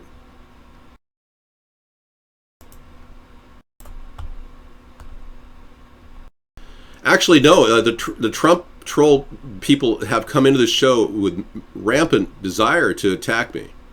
I've merely been responding to the attacks in a fairly level-headed way, and in no way am I trying to slander him. God, no. In fact, I could open up a conversation with him right now. That's how smooth of an operator I am. But he hasn't called me, and I doubt I get a copy or get a call into him. I put up with unbelievable hecklers, more so than Trump has ever done in our show. I've had people constantly attack our phone number. You weren't here 4 years ago when we were attacked nightly on our show with trolls. Sarah and I have been doing this entire plan with perfect commitment to a long-term solution to this country's problems, and we never waver. We're the most consistent group of people you'll ever see in American politics. 3 to 5 hours a night for 7 years. No one in American politics has ever done this. Well, if he hasn't heard or seen me, then you need to tell him about me. Loss. It's his loss, because I'm coming. I'm going to be into the political arena. You're not going to stop this. You can't stop this. We got Sarah on board. She's going to be the vice president. We'll have the first female president in 2024, possibly. Yes. Or maybe even sooner, if I end up dying from assassination, God forbid. Hopefully not. But I mean, I'm willing to put my life on the line to protect this country. I doubt many other people are. I don't have a security task force like Donald does. I've got my own security. I've got my ability to protect myself. How was your day? Good. How was your day? Good. Did you have dinner? Yeah, I did. I had a good dinner. Good. That's why I was so late. Oh, no problem. So. You should. Everyone should have a nice dinner. My forehead will be in wrinkle mode for the next remainder of my life. I'm not going to worry right now about Botox. Thank you. Yes, I do. Thank you, 764. You're right. I'm not slandering anybody. This guy doesn't understand. Why don't you explain to them that you can't slander? You can't be charged with slandering of a political figure. If you're a political figure, if you're a public figure, you're open to slander, and because you put yourself out there as being a public figure. People can slander me. They can slander any public official. It's unprotected under freedom of speech, your freedom of speech. I'm not suing you, so unless you sue me, I'm not going to countersue. So you got to figure out what you're dealing with here. Our country is perhaps the only country in the world with this layer of freedom of speech which preserves the integrity of our communication. So in no way do I want to malign anyone's character by calling them a name, but it's the only way I can describe what they're doing. Now, he's been a corporate guy all his life, ever since his dad gave him all that money. And he's basically parlayed it using his negotiation skills and his alliance with the Federal Reserve. Now, I want to end the Fed, so you can obviously see why people are so concerned that this guy who wants to end the Fed wants to undermine the very bank that supports people like Donald Trump. People are worried. Wall Street will be very angry when I get larger and larger audiences, which we will. Our audiences have only been growing every night ever since we started this process back in 2008. I remember when we started, we had about 13 people in our room, and we hit Blog TV on the show. And by the way, Blog TV is at 60% now, so we anticipate they're going to be a major contender out there.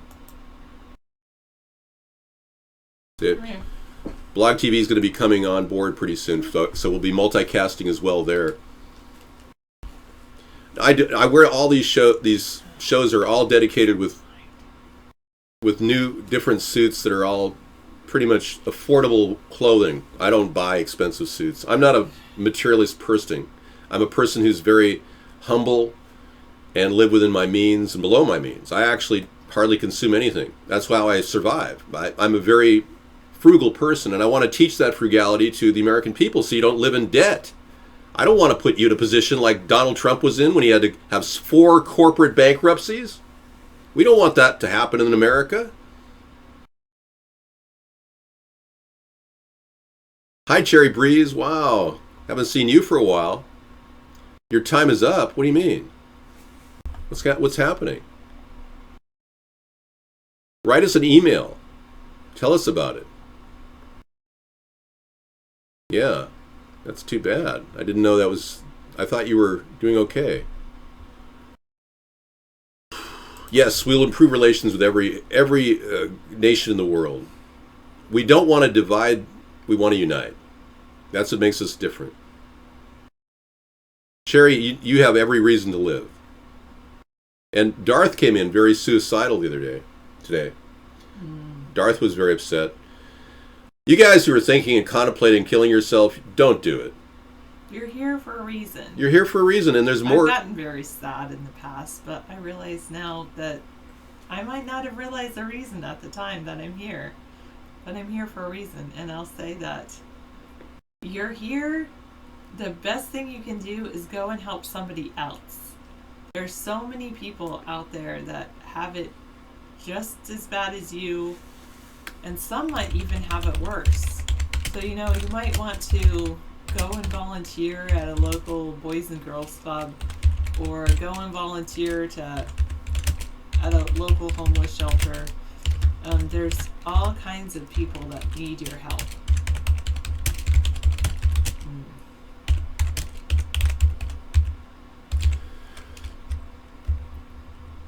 Is that fair to say?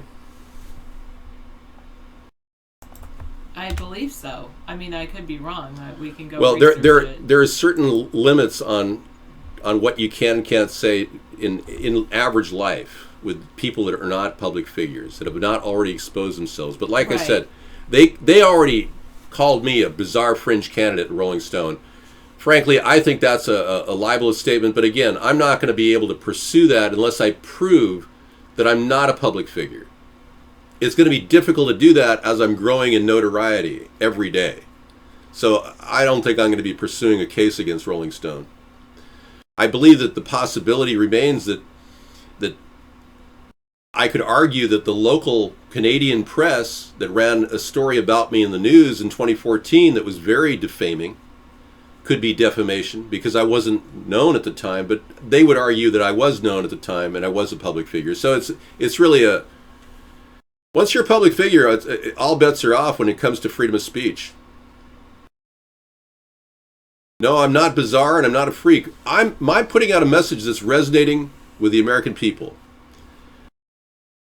By the way, you can't actually set up a GoFundMe page for politics. You can't do it. You're not allowed to. That's written in their bylaws. Read their rules. Nothing regarding politics on a GoFundMe page. Believe me, I've tried. I was going to seek to get funding, but we decided it wasn't about funding. When our donations trickled in and we got fewer and fewer donations and more exposure, I realized that this entire race was not going to be won with money. Some people say, dude, you need a lot of money to beat Hillary and Trump. No, actually, Here's one it's really difficult to prove. A public figure such as a politician, celebrity, or business leader cannot base a lawsuit on incorrect, harmful statements unless there's proof that the writer or publisher acted with actual malice, right, knowledge of falsity, or reckless disregard for the truth. Right. Now, I just put in the chat room links to everybody can check the 10 reasons not to vote for Trump in the link library, which validates everything I've said on our show and every single one of our shows, too, about Trump. Okay? So, I don't know what that is. Don't worry about it. Just X out of it. I would love to. There we go. I'm going to step out and get some coffee, but thank you. I'll be right back. So if a plaintiff is a public figure, they must prove actual malice. That's not the case. Basically, a public figure has more to prove in a defamation suit.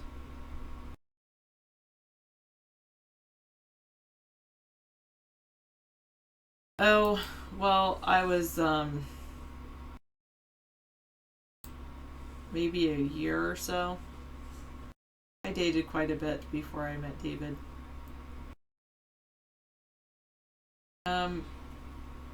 No, I won't answer the phone if someone calls in right now. When David comes back, then he can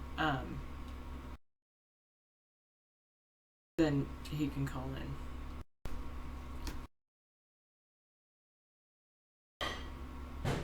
So elements that must be proved to establish defamation are a publication to one other than the person defamed, false statement of fact that is understood as being of and concerning the plaintiff and intending to harm the reputation of the plaintiff.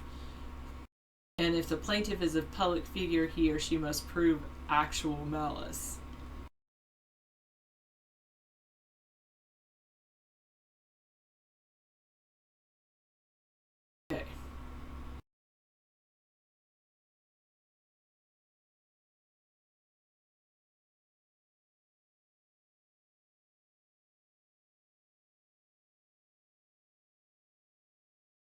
knowledge of falsity or reckless disregard for the truth. Okay. Will you both... I think you have to continue that question, 289. I don't think that's done. Yes, 309, good. Glad you found all that information. We don't reside in Nevada. No. No, we do not. This is Troll Central. Welcome. Welcome one, welcome troll. I'm okay tonight. Tonight I'm not too tired. I'll probably be tired in about half an hour or an hour once the food that I just ate kicks in and starts digesting a little bit. Then I'll be tired. Who was it, 309? Someone was unable to gain acceptance? Alright. Great. Yeah, it's fantastic. Wow. I'm enjoying my life. Wow.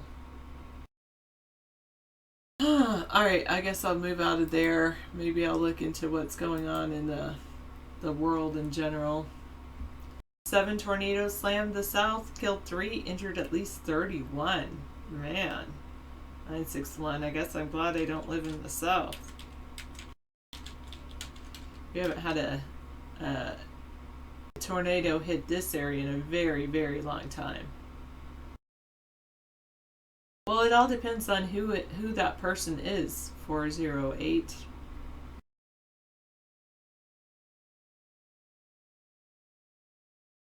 All right. They say so storms have slammed into Louisiana and Mississippi. Several people were injured. Cars were flipped over. A tornado hit Pensacola, Florida. Oh, now the Justice Department wants Apple to unlock 9 more iPhones. So I'd like to know why Donald Trump wants us to boycott Apple, the only company that's produced products in this country successfully and made a tremendous growth in income, and wants to protect our privacy. Why would Donald Trump tweet that he wants us to boycott Apple and give away secret or the capability of encryption to the NSA? In other words, Donald Trump doesn't want us to have privacy. Please call in. But what's wrong? Feel free, Cherry Breeze. I'm worried about you. I don't want anyone to kill themselves. I don't even know if that's what their people are saying. I mean, I don't want you to feel that bad. No one should be that unhappy.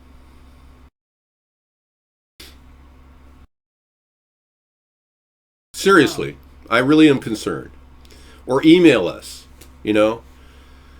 Same with you, Garth. Darth, I don't want you to take your life.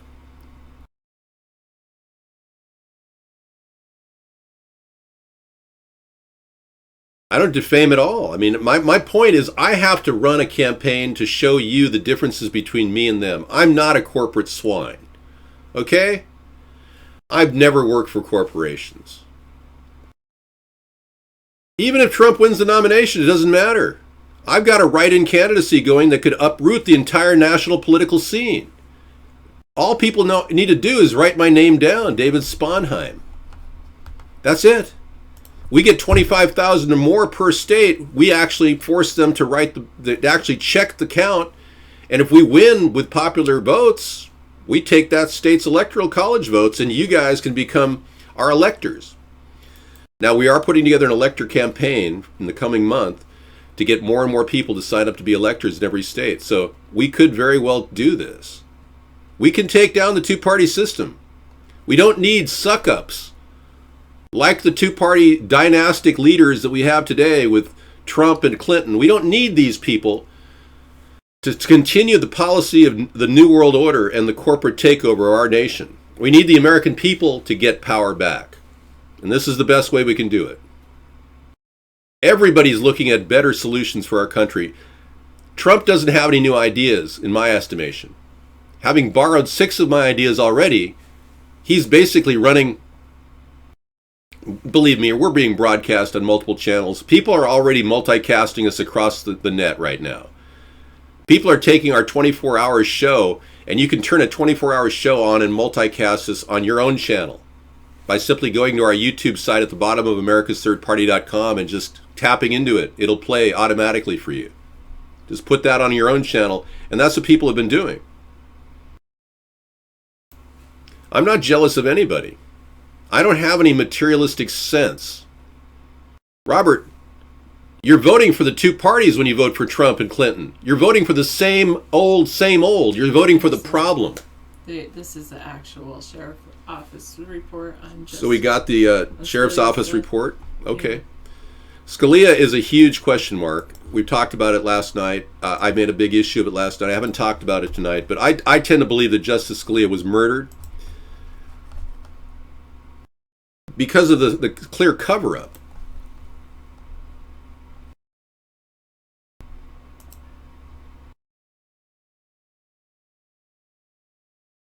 You wanted, okay. Yeah, I'm just reading this.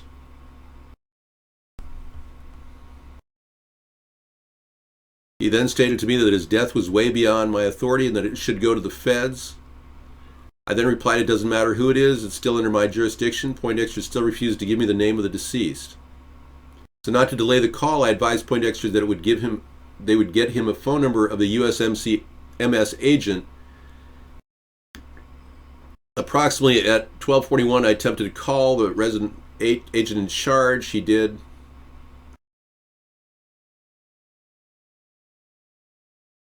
This is a long, drawn-out report, but it doesn't reveal an investigation.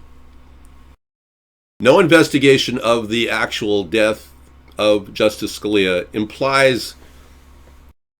Upon entering the room with Poindexter, Foster, and Van Etten, all seemed to be in order. Scalia was on the bed facing up, covered with bed sheets up to his chin. Scalia was laying on 3 pillows stacked up to elevate his head and appeared to have fallen asleep in that position, indicating that he died in that position as well. Both of Scalia's hands were resting at his side. The top pillowcase appeared to have shifted at some point in the night due to the weight of his head on the pillow, causing the pillowcase to slide down and cover his eyes. Okay, there you go. The position of the pillow did not seem to have inhibited his breathing. The sheets and pillow that were being used were still in the crease position from the day's room service, indicating there was no struggle involved. A breathing apparatus was present on the table next to the lamp on the left side of the bed. The hose for the machine was resting on the edge of the left side of the bed on the bed sheets. The hose from the what? He had a breathing apparatus. The breathing machine was switched off. It was not attached to Scalia. No struggle involved, yeah. Okay, so let's just ask the obvious question. Why didn't they do an autopsy? If there was no involvement with the pillows, and why didn't we know anything about the protective detail? And how come there was no video surveillance of his room prior? Thank you. There is not a wig here. This is my real hair.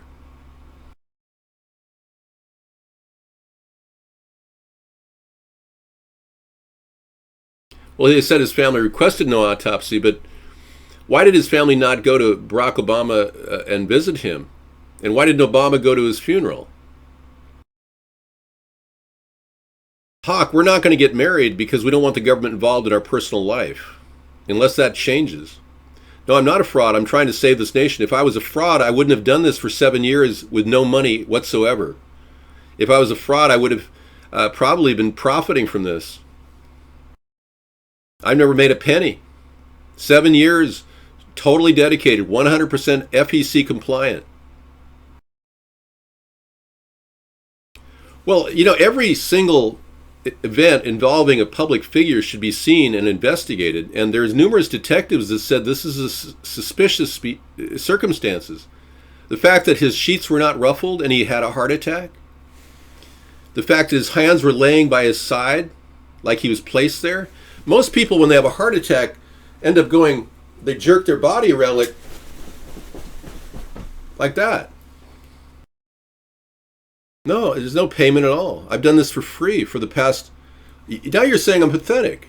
And you're saying that's not defamation of character? I mean, you're engaging in defamation of character right there with your own opinion. I can't challenge you on that. It's your freedom of speech. I protect you. Congratulations. You have the right to call me pathetic. Yeah, Edgar Hoover had a heart attack in his sleep and he fell off the bed. Thank you, Legend of Colt. Hey, we lost a really great guy. Colt died. A Vaughn broadcaster passed away, folks. R.I.P. to Colt, folks. I'm not living in a fantasy world. I'm living in a real world where they're spraying chemicals in my head. If you're not living in that world, yes, Cherry, what is it? Go ahead, speak to me. Skype. We don't Skype, Cherry. We gave up Skype because it doesn't have a secure... To this day, it still doesn't offer total security with IP control. I didn't really know. Colt visited our room a few times. That's about all I know. I have a tinfoil hat, but I only made it as a joke. I've never worn it. You can claim anything's defamation of character if you can't validate it. Can you validate that I'm pathetic? Is there any truth in that? If I was in a hospital with tubes hooked up to me, that would be pathetic. But I'm a vibrant political figure who could very well change this nation. I don't consider that pathetic. No, I don't think you do. I think it's fun that you're enjoying this. I rather find it interesting that you don't even realize that your options for freedom of speech are really kind of narrowing, that you won't get any of this kind of support and even allow anyone to chat in some shows, won't even allow you to come in as guests.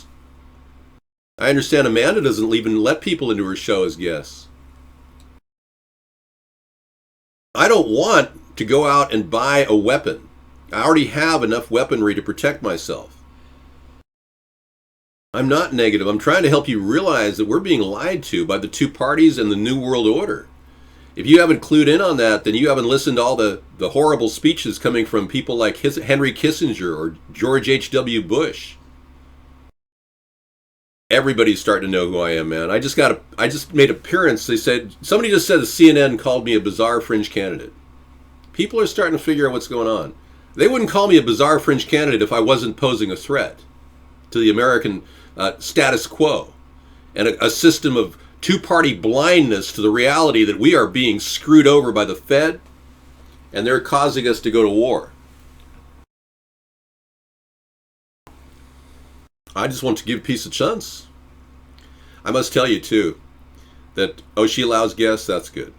I must tell you, too, that we've done this show partly because we really want you to come in and talk about politics for some time. Well, an honest man is the biggest threat in a dishonest, corrupt society. And we are living in one of the most corrupt... I don't know where the link of the CNN story is. Somebody just said CNN's talking about me right now. That could have been a lie. I can't validate it. I'm not lying, but they might have been lying to me. Well, I hope they have files on people. I've never done anything wrong. I submitted that file to the local law enforcement. They probably made copies of it for the NAS would-be. Sarah and I have done everything by the book. We've actually gone out of our way to provide complete transparency with local law enforcement. We've actually gone out of our way to reach out to local law enforcement, provide information about what we're doing. We gave a complete profile in 2010 after a threat occurred in our house in 2009, in which the Navy task force was brought in because we needed their help. I want to thank the Navy for coming out and verifying the packages at our door were not in danger. It was not a pipe bomb. CNN is talking about me. Good, thank you. I don't know, I have no proof. But I elicited the support of the Navy, and I welcome the transparency of local law enforcement. I've got nothing to hide. I've been a very good, honest citizen all my life. And I can tell you that I've done it by the book. I really have. And having never, ever lied, cheated, or stolen anything in my life, and I always followed the law, except that one time a cop claimed I made an illegal U-turn in Hollywood. That's the one ticket on my record. You can make U-turns in the city of Los Angeles, but not in Hollywood in a business section. I had no knowledge of that. So it's not like I purposely made a U-turn illegally. It was kind of ridiculous. Oh, good. I'm glad they're talking about somebody named David. Thank you. The day is long in Norway. Why are my eyes so pink? I don't know. Why do I have whites in my eyes?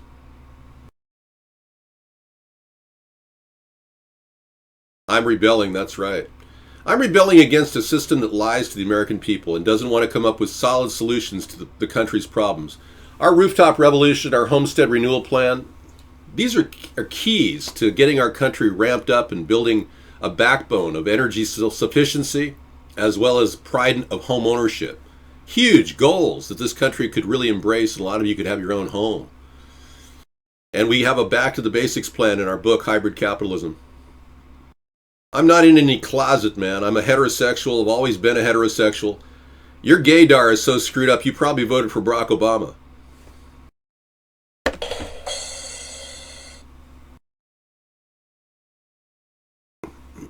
You like the hot air balloon idea? Cool. Thank you, 185.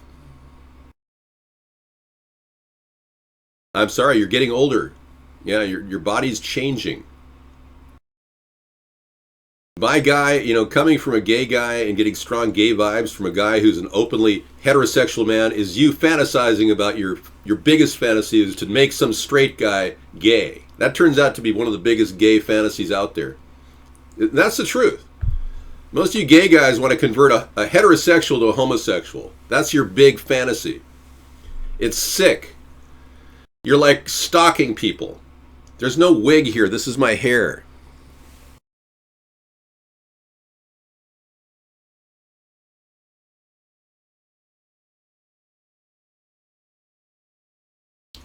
I'm not immature. In fact, I'm probably, just because I'm 55 years old, doesn't mean I feel like 55, but I have the vision of a man who's probably 90 or 100 in terms of wisdom. I've actually worked desperately to make the American people aware of the problems facing the country that are not being talked about by Bernie or Hillary or Donald or Ted. Slow mode was put on because I'm getting thunderous people coming in here just pressing to get into those capacity servers at Vaughn. And by the way, if you want to catch our show without any video glitches and still chatting Vaughn as a guest, go to AmericasThirdParty.com. Thank you. Well, yeah, there's a video out there where Sarah and I were swatted about 6 months ago.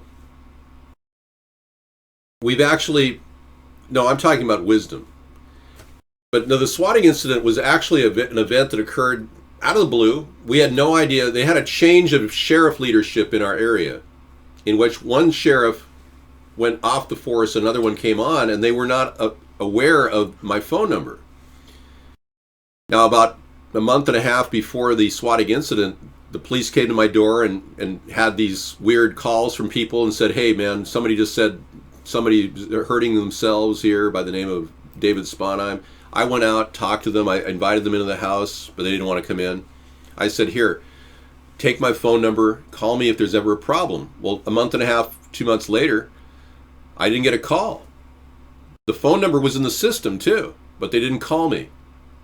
The sheriff didn't follow what I considered good protocol, but that's a personal assessment. That's my subjective view. I don't want swattings going on recklessly in America. I don't want an enlarged police state. And I'm acutely aware of it because it happened to us. But have I freaked out in any way whatsoever? No. In fact, when it happened, they met a very calm person at the door who complied with everything they said. They didn't even have a search warrant. They insisted upon looking through my house. I said, go right ahead. I have nothing to hide. I don't think anybody has been more compliant in American history than I've been. I'm not your father. I don't have any children. So whatever Island County Sheriff decided to do is their choice. I'm not disparaging their organization. I even said at this point, your procedure was good. You followed procedure, guys. I appreciate that. They're very gentle. They weren't, roughing me up or anything. It went very well. It lasted 10 minutes. I played a video on John McCain during that time period. We got back and our show continued. But it was traumatizing. That's for sure. Thank you, Admiral. The fact is, they gave us ample time to go out in front of the street. I had to lay down. They did it. They followed very good protocol. They made sure they were safe. They made sure nobody here was armed, and they did it the right way. I was actually amazed at how the procedure went. It actually went very well, and I understand why they did it, but I don't understand why they didn't call me an hour in advance to verify that I wasn't that person. Because the person's voice on the clip that's on that video that's been circulating, I don't want to promote the event. This is not something I'm promoting. But the video copy that's out there on the internet, if you Google it, shows the guy's voice as a young teenager, not an older man like me. This is not a wig, man. This is my real hair. You can't do that with a wig. Okay. Well, the fact is, they're welcome to come to my house anytime they want. I've got nothing to hide, and we're more than willing to oblige and comply with all of their requests. If there's a question about anything going on here, I would gladly comply. And I recommend all of you comply too. Don't fight it, because then you'll only get into trouble. You can't win when somebody's got a gun pointed at your head, an AR-15 with a laser. I had numerous people with sightings on me with their fingers on the trigger. But I didn't even react, and when I came in, I was calm. So for you to accuse me of being mentally unstable that's slanderous. That's defamation of character. For you to accuse me of being a drug dealer, that's outright defamation and slander, because I have no history, no criminal history, and I've never dealt drugs. I don't even do drugs. Will you explain to them this is not a wig? No, this is not a wig. I know, it's awesome. Yeah. It's like the coolest hair ever. But oh, it's so soft too. It's like feather soft. Yeah, it is like feather soft. But the reality is, I would never do anything like that.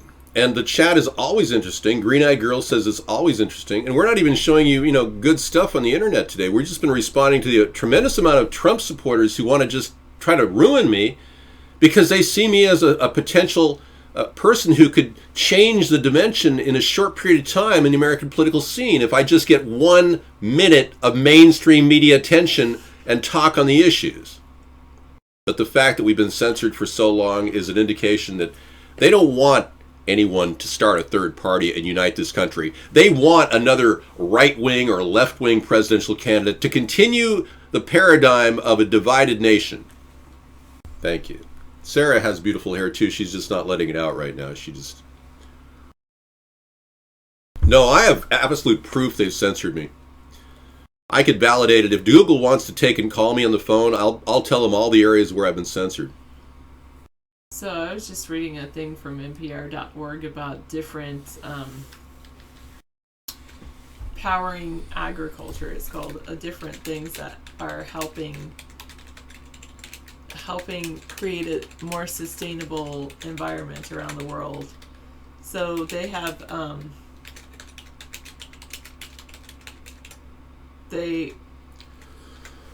have projects that are still in research and development stage, but they're working with early adopters for these. There's solar-powered pond bubblers. So one is a solar-powered pond bubbler. The issue is that fish farming is big industry in low-income countries, but a lot of times they're doing it in freshwater ponds that can become stagnant and not have enough aeration in them. That's good. So the University of Toronto is proposing a solar-powered aeration device. It uses materials that are readily available in rural areas, and so it heats warm water up at the bottom of the pond, which rises to the top, spreading oxygen-rich water throughout. The device could help fish and farmers earn up to $250 of extra income each year and cultivate larger fish to sell for more dollars, building economies around the world. All right, so that's one idea that's going. They're doing, this is Do you have a red nose? I guess I do. I don't know. Were you out in the sun today? I don't think so. Maybe it's outside. I guess so. Is it cold? Oh, that's it. It's getting cold here again. Notice that? Like last night there was frost on our Yeah. windows. There's a milk chiller of the future in East. There's, when cows, in order to make the refrigeration for cow's milk, they are going to be actually be looking at using cow manure. Oh, okay. So that will be good. Cow manure as opposed to cow milk? What? No, I said Run to that by keep me again. Yeah. cow milk. They said only 15% of the actual milk that's comes out of the cow makes it to market in some of these Oh, really? some countries, because it goes bad because it's not refrigerated. Oh. And so anyway, to help get the energy needed to refrigerate it, Mm-hmm. then they're going to be using cow manure Oh, okay. to generate the electricity Got it. to refrigerate the cow milk. Dairy digesters, that's good. So that would be very good. Vaping oregano might be antibacterial. I don't recommend vaping anything in excess. You vaping lemon verbena will give you that fresh, kind of cleanly, lemon fresh lung breath. Yeah. So back to the basics with America's Third Party, getting average Americans more opportunity, not giving them handouts like the Democrats and Bernie, but rather giving people a hand up is what we're all about. There's no reasons to vote for Trump, unless, of course, you like the ideas he's taken from me. Now, the 6 ideas he's taken from me is they're very viable ideas, but he didn't get them right. I don't want to keep Muslim refugees out only. I want to keep all refugees out. And that was my plan 2 years ago when Trump picked up that plan and then started attacking Muslims, claiming that they were the problem. There's many different refugees of different religious backgrounds. To target Muslims was a mistake. He didn't get that idea right, but I've been saying no refugees for a couple of years.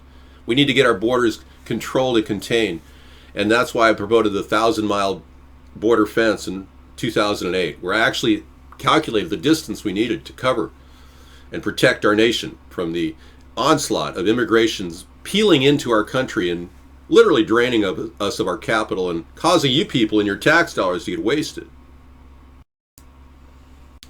Yes, we have fairly good evidence that he came into our room in 2012, and I put it on YouTube.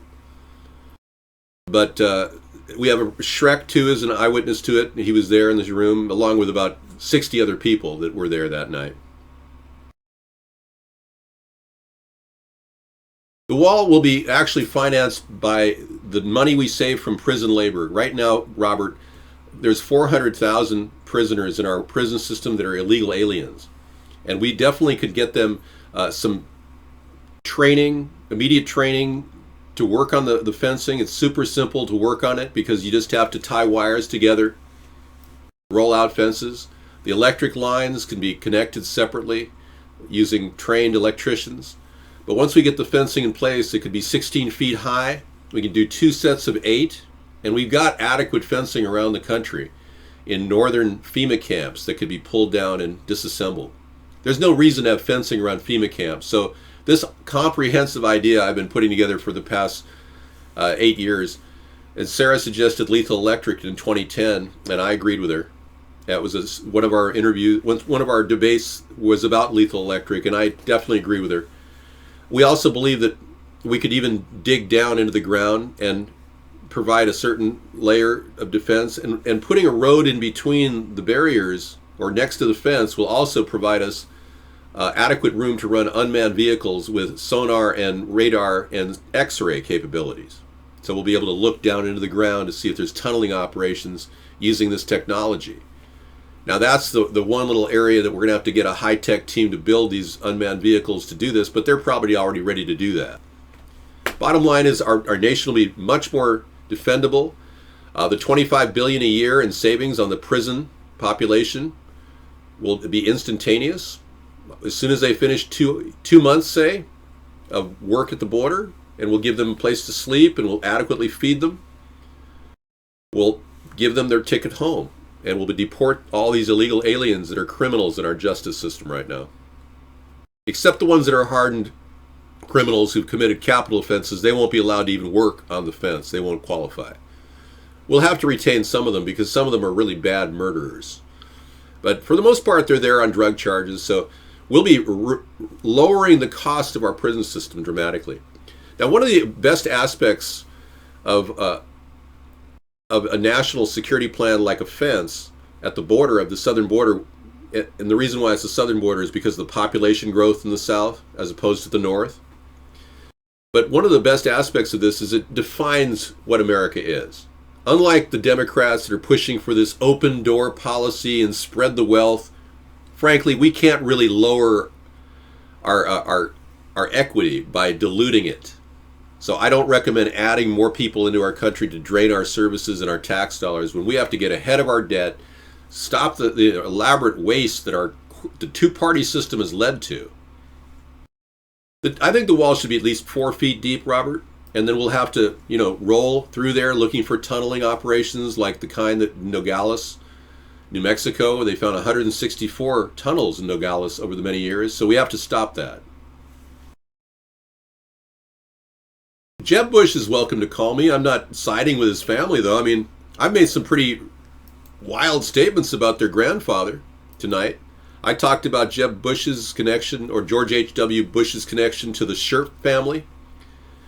The Scherf, George Scherf, and that whole connection to the German and Nazis.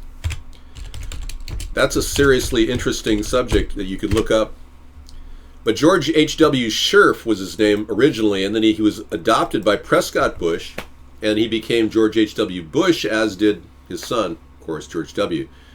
But their connection to the Nazis is well noted and researched heavily. I didn't want to bring that up. So, I mean, it's going to be hard to talk to Jeb about his family history if he were to call me. But I'm not here to judge Jeb. I really don't think he's a pivotal character in the Bush family. Yep.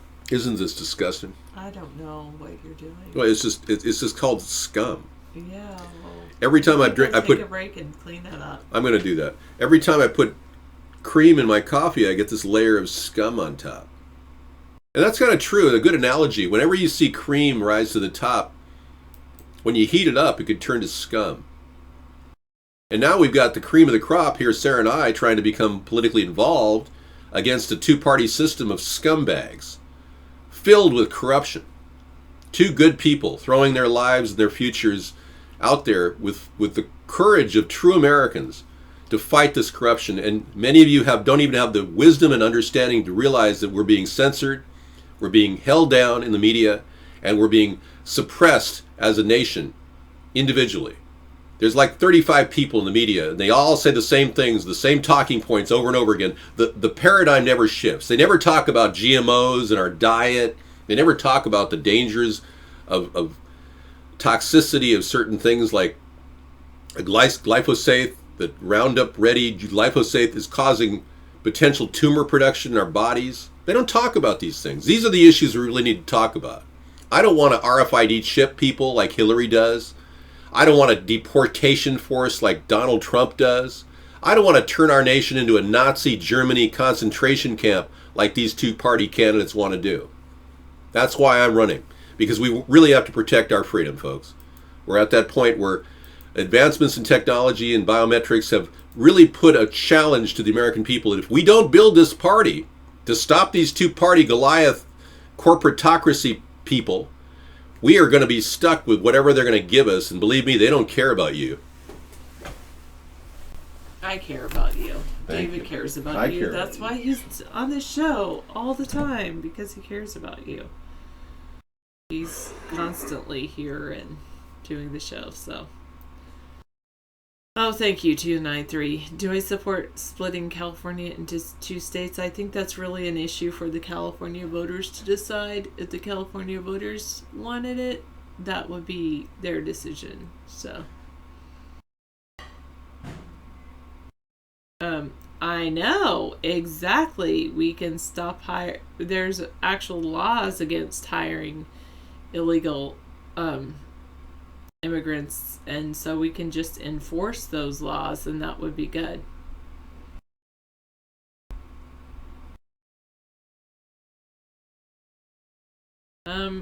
It's all right. 792. Nope. 293. I'll be here forever. Yes, Afrodeck. After David serves 2 terms.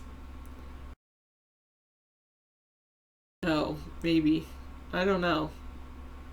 I don't know exactly how Elvis's lip goes up, but maybe mine does that. But yeah, I do think we can 2 things to polka is, one, we can enforce the laws currently on the books about people hiring illegals, and first, and second, we can actually and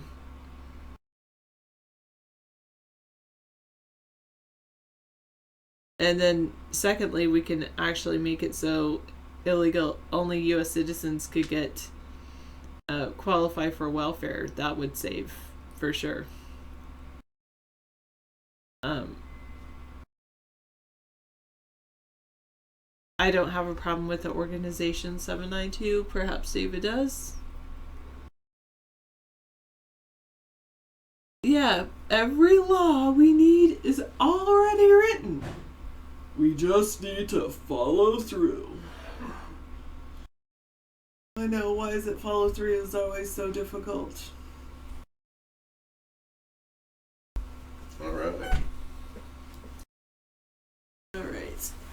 You know, my personal belief is that Planned Parenthood should not be harvesting body parts for profit, but... Did you want to take a break? No.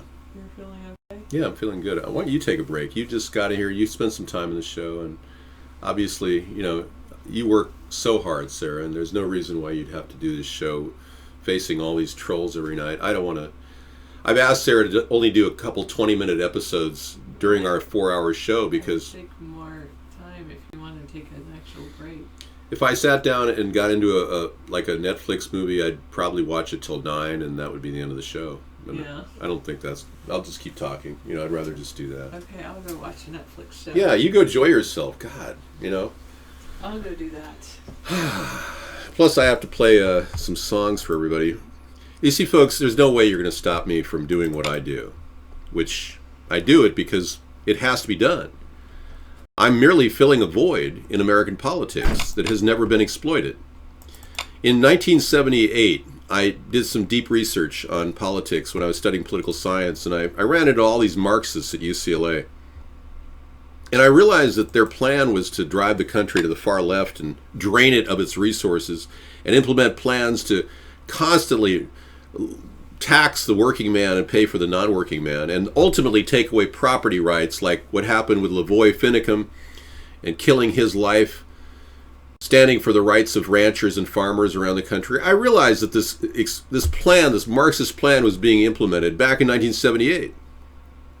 And I even confronted some of the architects of this plan, people like Milton Friedman, when I went right into the Ackerman Union area where he was having a conference with 10 top-level grad students at UCLA. And I listened for about 15, 20 minutes, and I raised a couple questions. And I asked, you don't mind me asking a couple questions? He said, go ahead. I said, well, for one, how are you going to solve the problems of automation when computers and robots take over and replace human beings? His answer to me was so sublime and simplistic that I was shocked. He said that the free market will solve that. Unless you get in there with government intervention and come up with jobs and create jobs like our Homestead Renewal Plan or our solar rooftop revolution. I didn't say those words, but I mean, that's what I'm talking. I said, you got to create, he said, no, the free market will solve that. Well, what are you going to do if there is an oil problem where shortages occur? The free market will solve that. Everything he said was all about the free market. We don't have a free market. It's gone. We have a subsidized, socialized economy right now. And we need more free market activity. We need more opportunity. That's why we wrote Hybrid Capitalism. So that people can get small jobs making 20 bucks an hour and then say, yeah, why don't we start a small business and then less regulations so we can get that business going viral. Your family can become solar panel installers for your area and make $2,000 a house.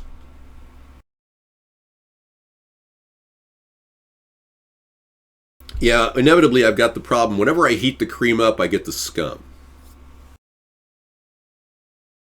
I'm a very passionate person, and I raise my voice because sometimes I ramp up on certain issues. People throughout history have done that. They're called great orators. William Jennings Bryan did that. Many of you don't realize that because you weren't around during that time period. Many people don't realize that a good speaker doesn't talk in a monotone tone and read off a teleprompter. Well, let's be clear. We're going to blah, blah, blah. That's what we've got. The only actual speech Barack Obama ever wrote was his nomination address speech for the Democratic Convention in Denver.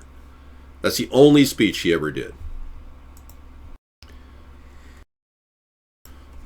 And it fell flat on the American people. Even the Democrats are like, this guy's not Martin Luther King. Well, many of you are living in a world of hell. You don't even realize you're getting contaminated daily, and your brain is in mush because you've been drinking fluoride in every beer you drink. There's not one beer in the market. This is true. There's not one beer in the market that has filtered water in it. I challenge any of you to read any label on any shelf in any market that says filtered water in the beer. They're dumbing down the strongest men and basically castrating them. They want to take down our strongest guys who have brain power, but they're not able to use it because the fluoride is reducing their cognitive thinking ability and shrinking their pineal gland, calcifying it. Well, I'll tell you one thing. You've given me pause for concern. You know, I started calling Trump bad names, corporate pig. That's my right to call him that. And then I thought, you know, that just had too much on it. So I called him corporate swine. So now I'm going to even modify now. I'm not in any way claiming any of this is slander or defamation of character because I have the right to call him a name. But I will say that I'm going to call him I'm going to change my dialogue to corporate elitist. All right? Trump, the corporate elitist. All right? And I'm not in any way going to charge you with calling me a name. All right? But corporate elitists, yeah, I don't like corporate elitists. Okay? That's where I'm coming from. Okay, hi Davey, LOL. Could you give me the names of those beers and send them to AmericasThirdParty@gmail.com? Because I'm desperately trying to find a beer that has filtered water in it. Thank you very much. I don't drink, but I have a collection of beer in my refrigerator that I want to break out and have a beer with whenever somebody comes over, socially. And I just want to drink filtered water. I got some Alaskan beer that look really good. Thank you so much. Send me the names of those beers. Appreciate it. And I'll profile them on our show. Corporate welfare is exactly why I don't like corporate elitists. How do you think Donald Trump survived all those 4 major corporate bankruptcies? I mean, they've gotten bailed out every time. Judges made agreements with lending agents and they managed to move capital. Donald Trump has profited, much like companies like Bain Capital, Mitt Romney's company. They're called buyout practice specialists. Buyout practice specialists are currently operating in our economy, and they're the only ones that are really profiting right now. Schaefer beer doesn't have filtered water. I've never seen a Schaefer beer that says filtered water on it. But these buyout practice companies like the Carlyle Group, run by George H.W. Well, actually, George H.W. was only an advisor on it, or Cerberus, the company that Dan Quayle, his vice president, runs. Cerberus is an interesting name. It's the name of it means a 3-headed dog that guards the gates of hell, if you look Cerberus up. But Cerberus has been very aggressive in taking over the Safeway chain recently and closing mom and pop larger or smaller shopping centers. We've got one in our area that recently got taken down by Cerberus. The Hagen shopping market system up here. Hagen was charged with bankruptcy 4 months after the Federal Trade Commission approved the sale of 125 stores. So Dan Quayle has a lot of pull. People like Donald Trump has a lot of pull to make these deals go through. And when he negotiates these deals, they see a company that's vulnerable, and they go, okay, let's buy this company and then sell all its assets and bank and borrow as much as they can against the assets, and then make money, leeching money off of that company, and then bankrupt that company. That's what Donald did 4 times. These are the real winners, the ones who are literally harvesting the last vestiges of great America. And you want to vote for that guy. That's what really shocks me. Hey, I've never done that, but maybe you're one of those gay people that do that. I would never engage in that practice. Good night, and enjoy your fantasies with your gay porn. Yeah, we got some great t-shirts, yeah. Well, let's be clear. All right, let me give you a little tour of the site. This show has gone by really fast. Thank you so much. You've done so well. Even your trolls are successful at doing this. I did sell t-shirts, yeah, on the street in Venice, right out in the boardwalk when I was a young man. I think I was like 19, 19, yeah. I'd set up a booth right there on the boardwalk, and back then you didn't have to rent space. No, I started working. I had 3 jobs when I was 18. I was working like crazy when I was young. I did a lot of my work, and I saved my money diligently, and because I don't spend a lot of money, and I've been very frugal all my life, I was able to save enough to live on the rest of my life comfortably. But I'm not rich by any stretch of the imagination. Okay, let's take a look here. I've done a lot, man. I'm not here to brag. I'm not pretending to be somebody I'm not. I'm not claiming I'm a billionaire without any assets to can prove it. Yeah, that's not me. Private schools themselves have become addicted to quotas and vouchers. Basically, private schools have manipulated our Republican and Democratic legislators to fund them. Frankly, I'm expanding a homeschool program that will be beneficial for anybody who doesn't want to force vaccination on their kid, will be allowed to pull their kid out of the public school system. Frankly, I'd like to get all vaccinations shelved, except for the core vaccinations, the 7 that I had when I was a kid. All the other 74 vaccinations they want to give kids today, it's too dangerous. We need a good scientific peer-reviewed study on vaccinations that hasn't been done yet. There have been a lot of input put out there, but it shows me that they don't really know what they're doing. And with the higher incidence of autism and ADHD, the truth is, by 2020, we'll have 50%. That was Barbara Walters, by the way. Barbara Walters, 2020. 50% of our nation will have ADHD, the kids. This is a prediction statistic that the psychologists and biologists are saying could very well be a huge problem. ADHD or autism. Yeah, isn't that scary? And gosh, your chances of having a microcephalic kid is growing. I mean, the whole thing is out of control. I want all of you to realize that I will address these issues immediately. Questions about fracking, stopping this unnatural, toxic fracking that's going on in our country, putting the brakes on GMOs and suing Monsanto. I don't hear Bernie talking about this stuff. That's why I know Bernie Sanders is owned, and so is the Democratic Party. Vaccines do save a lot of millions of lives, absolutely. The core, I would say 7 vaccines are essential. Beyond that, I don't think that.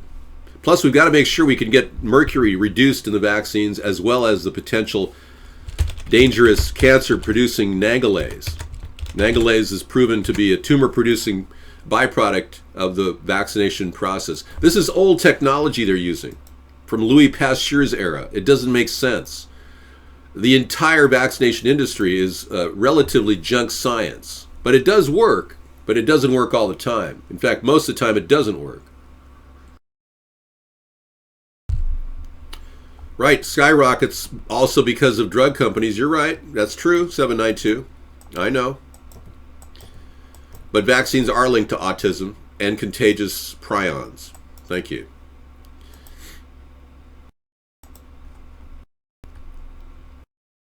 Absolutely.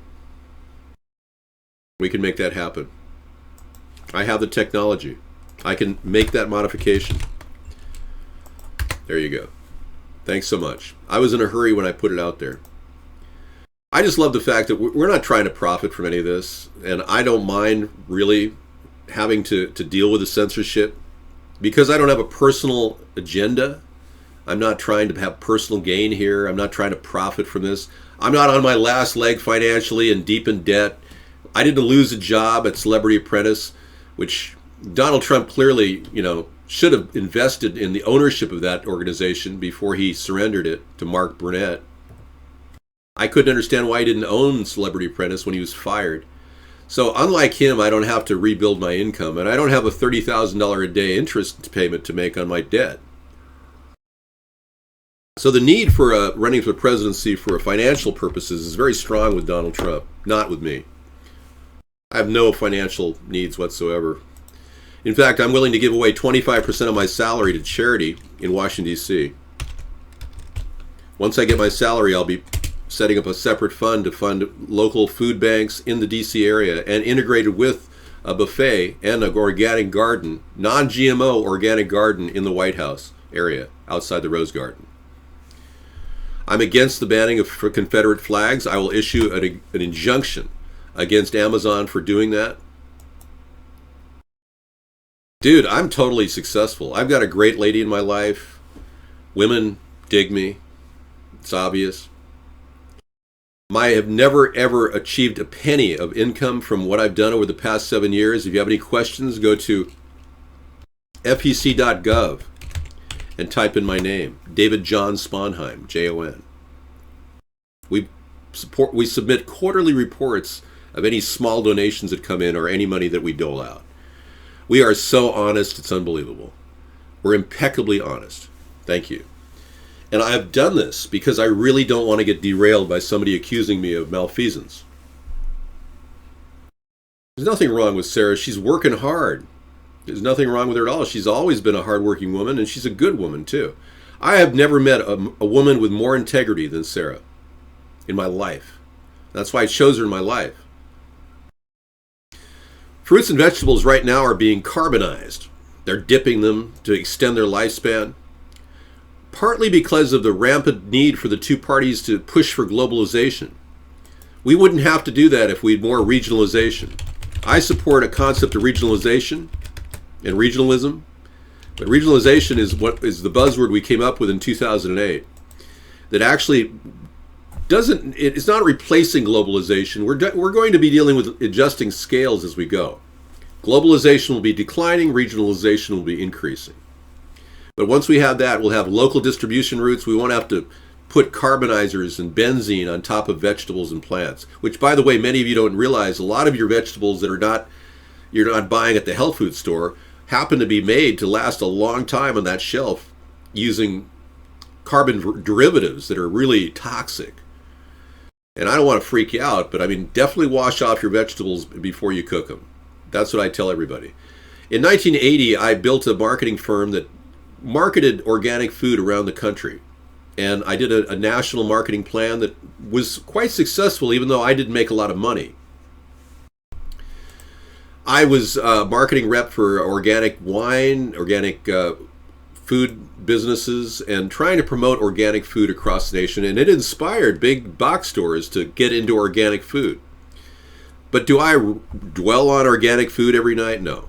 I'm at the point now where I'm focused more on just stopping the GMO trend, which has been proven to cause tumors in laboratory animals. I gave up almost to the point where I was willing to submit to the power of the pesticide industry by saying, sure, we'll allow some pesticides. But we still haven't had a national organic compliance or a non-GMO compliance set up which would make sense. I wouldn't want to force companies to write GMO versus non-GMO.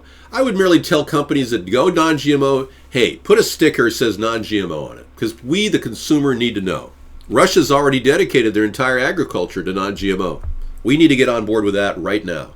Monsanto's going to have to take a dip in profit, but I will work with Monsanto and Dow to augment their losses with an increased organic integration into our food system. I'm not gullible, man. I have studied this deeply. Many of you haven't gone deep into the dangers. If you think for a second that they're just, some scientists had a fluke study that showed that laboratory animals get tumors when they take GMOs. There was a Paris lawsuit, international lawsuit, that just ruled that the guy who did the study actually was accurate and had good science and good peer-reviewed science in it. Monsanto tried to completely shun this guy, and his studies of GMO and rats and tumors are definitely valid. Every animal that got the GMO food came out with the tumors. Every animal that didn't. Tumors in GMO rats, look it up. I'll give you a picture of one of the rats right now.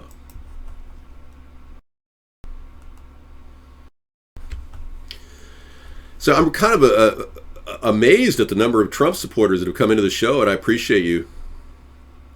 I didn't build a marketing firm. I basically had a marketing firm that I DBA'd in California in the 80s, and I spent 2 years promoting organic food products around the country. What are your views on agricultural subsidies? Farm subsidies, I believe, could very well coincide with the essential food program, which I'd like to introduce at the USDA. There wasn't even a web back then. Studying deeply now is, you can use, believe me, if you don't use the internet to study something deeply, there's something wrong with you. No, these are actually valid studies. He just had an entire, he won a court case, international court case in Paris just about a month ago. This will now reappear in a peer-reviewed toxicology magazine. It's coming out real soon. Fact. Well, we need to actually challenge Monsanto on the legality of their GMO usage. Genetically modifying food products may very well be deadly. And it's not necessary for us for any company to profit on deadly seeds. The shtick is not tired. In fact, this is getting better and better. We got more people than ever before. People just haven't heard our story. Yeah, trying to paint me out, demoralize us, is not an effective strategy.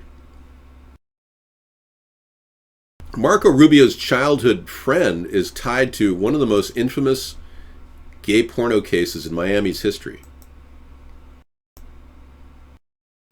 Well, this is in no way implicating Marco Rubio. I don't know. I mean, that's a stretch, you know. Here, this is how far things go. I mean, Philip Bleicher, owner of CocoDorm.com, has confirmed Angel Barrios' claim that he has no direct involvement in the gay porn scene. Yeah. This is just hearsay, garbage. I mean, I'll take Marco Rubio on head on the issues. No, my material is always getting fresher and fresher. Tonight we're going to do a little round robin of all the things we talked about tonight. And look at our link library that we just, you know. This is something that came in. Sky Mall. Okay. I don't know if I'm not advertising stuff, so I don't need that link. Let's see, Sky Mall for farmers who would have fish. Oh, there you go. That's where it came from. Okay. We talked about fish bubblers for people in remote areas. David, you get all juiced up by the number of people in your cast? No. Somebody asked me recently, do you get nervous in front of people? No. I do ramp up and get passionate whenever people, attack me personally. In person, I've gotten into some verbal battles with local politicians, but I've never threatened anybody. I just, get very vociferous. No, there's no hearsay or garbage in this show. This is all relevant stuff. The news is controlled. Showing you the news would be like reading out of a propaganda sheet from the CIA. I would never hit a woman. I was trained by my father to never hit a woman. I never have. Dow Jones took a dive of 188 points today. We talked about our Voter Revolt poster at our website, AmericasThirdParty.com. And you can actually download it, right-click it, save it on your hard drive, and send it to Office Max, Office Depot, or Staples, and they'll print this puppy up. For only $1, you can start promoting us. We've got 9 months left, and this write-in campaign is working. It's already expanding out from last year. But we have to get past the threshold of 25,000 votes in any one state to even count those write-in candidates. So I need you guys to take your vote and write in a third-party candidate. Believe me, your vote won't matter whether you vote for Donald Trump or Hillary Clinton. They both support a new world order. They both are simple puppets for the powered ruling elite. And on our website, you can also see our live video show. If you ever have any problems getting into the servers, check us out at America's Third Party.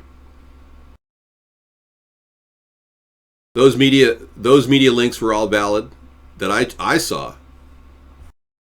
If you're trying to stop this dangerous Hitlerian figure named Trump, who read from Hitler's books next to his bed, according to Ivana Trump, then yeah, you need to see one of those reasons. I've actually got 2 links in that about that. You know, right now Hillary's got the lead in the race between Donald and Hillary. She's already pulling probably 60 to 80% in that range. You Trump supporters are really kind of don't get it. Trump was put in there to drive Hillary to win. There's evidence that Trump is spending a lot of time with the Clintons back in the day. Trump and Melania actually had Hillary and Bill at their wedding. They're close friends. They're not political adversaries. You see, the two parties really unite when it comes to money. The two parties actually united at the hip when it comes to money, but on the news they pretend like they're opposite because that's factualization. No, I'm looking to the right because I've got chats in various rooms. I'm reading off of 3 screens. You want to show me? I'll show you the setup here. But first, let me show you the Trump-Hillary meeting that is so infamous.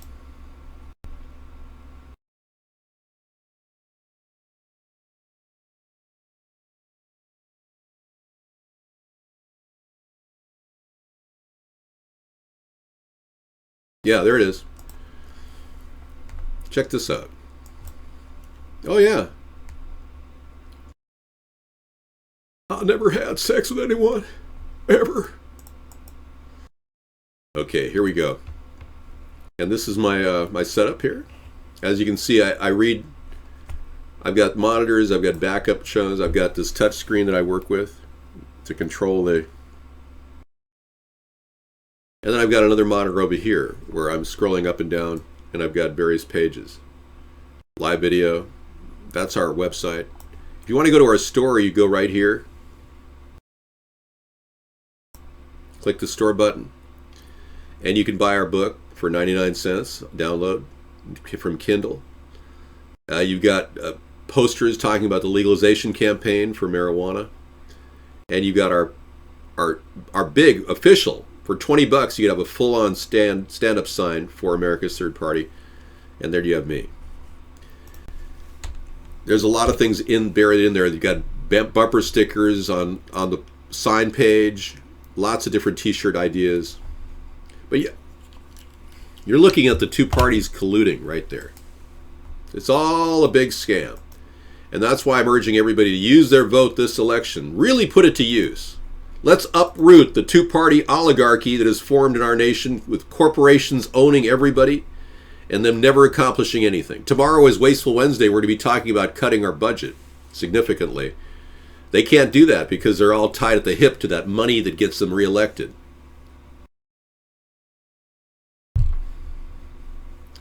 You don't have to share that video. I don't want to exploit the swatting that occurred. It was a violation of our rights and freedoms. It was a horrible event. I don't even want to talk about that. I want press coverage on the issues. I would never want to be known for a guy who got swatted. I always simply want to be known for a guy who's fighting passionately for the rights of this American people to not have a police state, not have a corporate-controlled technocracy, but rather something that's more grounded, reaching out to sustainability and a future plan for our economy that's built on solvency. Not some sort of a borrowed credit junkie economy like Obama and Bush and Trump or Hillary would create.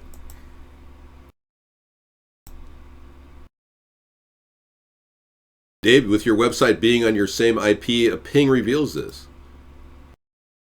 Our website's not hosted by an IP here.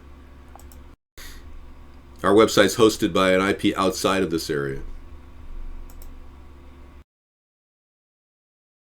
You know, I'm not trying to say I'm not using things to my advantage.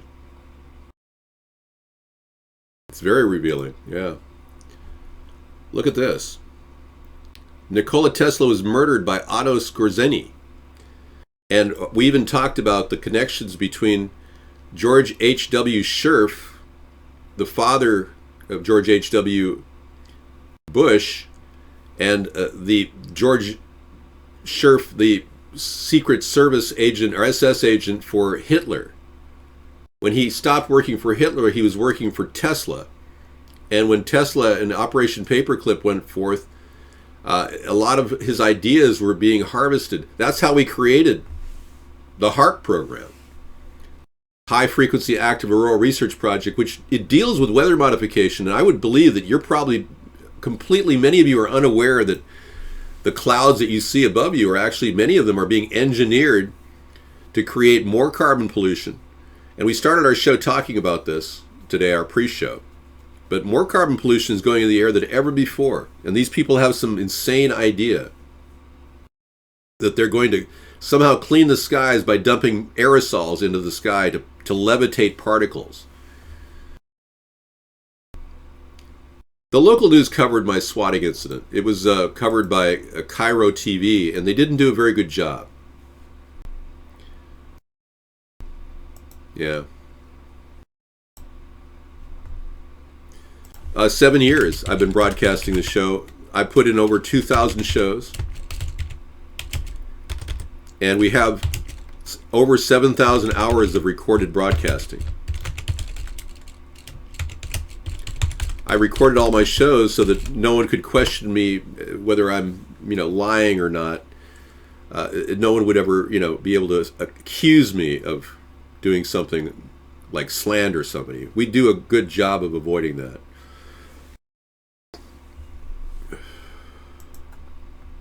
Well, I'd be glad to ping the site. Absolutely. Thank you for telling me. So you think Donald Trump watched your videos? Yeah, we caught him. Right around 2012, Howard Stern said he was going to run a third-party candidacy, and he was talking about joining Jesse Ventura. I don't know if you remember that.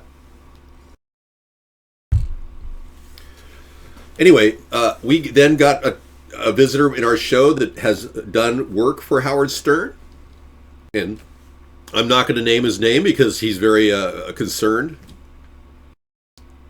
about me talking about him, but he's been camping out in our rooms since then. He's a regular on the Howard Stern show. We have many more viewers. We're rebroadcasts, and plus we have our show recorded and able to multicast well into the future.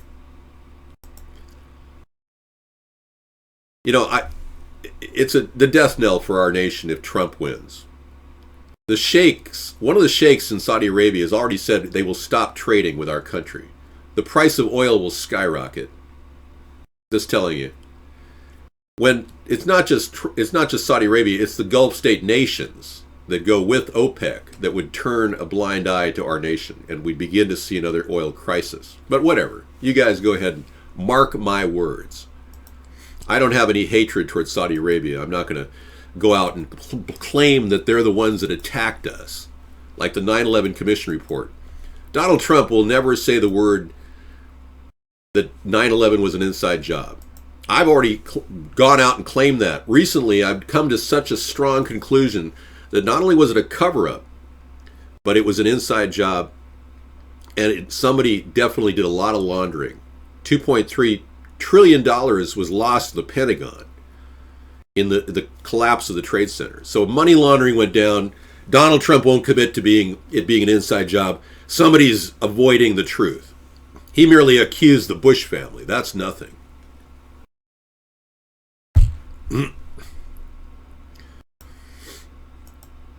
No, Trump's not out to get me, no. I'm just saying he took 6 of my ideas, and it was a very effective in stopping Jeb Bush. So embracing those ideas was his choice, and, it's not a crime to take an idea that isn't copyrighted but has been put in the press 6 or 7 years earlier. Trump has not committed any crimes that I know of.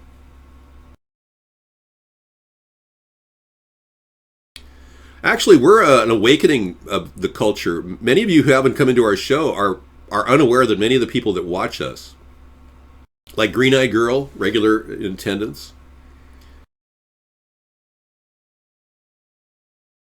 she's become aware that 9/11 may have been an inside job, yeah. And I'm saying the same thing you are, Green Eyed Girl. I need to have these answers brought to the light of the press, and we've never really seen enough. So tonight I will be discussing the 9/11 incident in a video format. Trump's hairstyle is a crime? I don't think so. I got to tell you, and many of you Trump supporters will like what I'm saying. I don't believe that Donald Trump is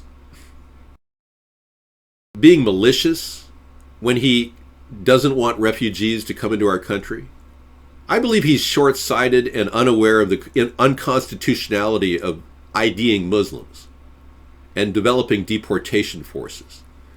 When George Bush was our president, George W., we had 16 riots in various cities of illegal aliens, and George W. Bush did nothing.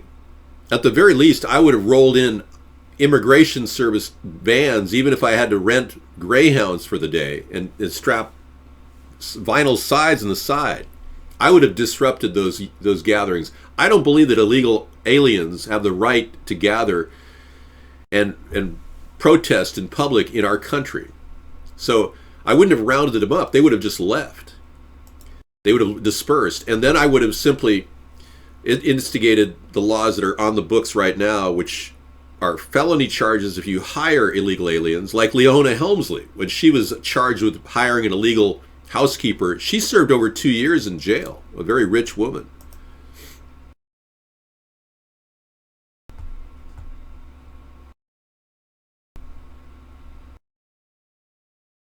No, it's not an illness to know that a person by the name of Donald Trump did come into our room on the Ustream account, and I'm assuming it was him, simply because it's expensive to get a name on Ustream. You can't just get a name. It's not that easy. Ustream is a very selected network that very rarely offers any opportunities for people to get a name unless you're part of their organization.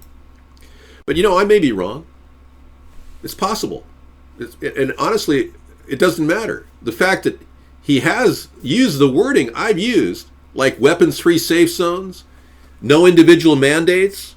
I'm ahead of him like 2 to 3 years on so many ideas. 8 years on the no weapons-free zones. Weapons-free safe zones for foreign policy has been 7 years in the works. I've been blogging about it for 7 years, or at least 7 years ago I blogged about it. It doesn't really matter.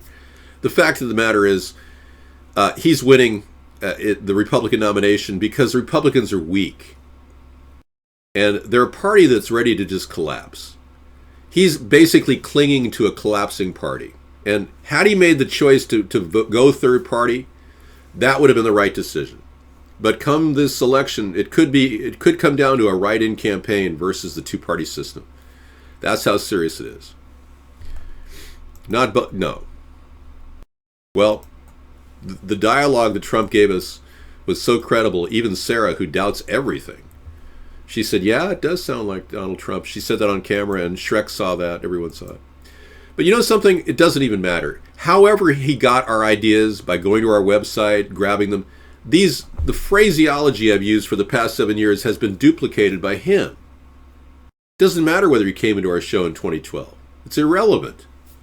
The fact that he's using my phraseology implies that he sees good ideas because he doesn't have any good ideas of his own. Yeah. And when he does blurt out, it's hating on lesbians, Mexicans, Muslims. How do the Republicans plan on winning? They lost the Latina vote with Trump. They lost any votes from Muslims living in America, U.S. citizens. They lost women who support women like Megyn Kelly, who clearly are strong personalities that are vibrant characters on the news. How is he planning on winning? Oh, and then he made those statements about disabled people, that disabled journalists. How is he planning on winning? How do the Republicans plan on winning this election? Are they going to make the same mistake they made with Mitt Romney and John McCain? The problem is the Republican Party doesn't see what's happening in this country. And he's riding that wave. He thinks that he's going to get a nomination, and he might as well jump on a sinking ship and claim he's going to be Captain America. All I need is 1 minute of media time, and I can begin the process of eroding his campaign.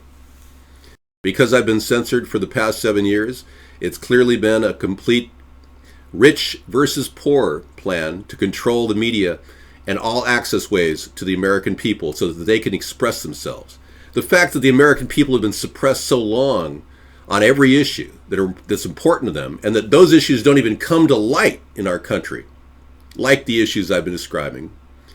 Chemicals in our air, weather modification, 9/11 being an inside job. You don't get people like Bill O'Reilly to talk about that on camera, because he won't. He'll actually kick people off the show if they bring this up. Blackface is the only thing I could have done to get noticed.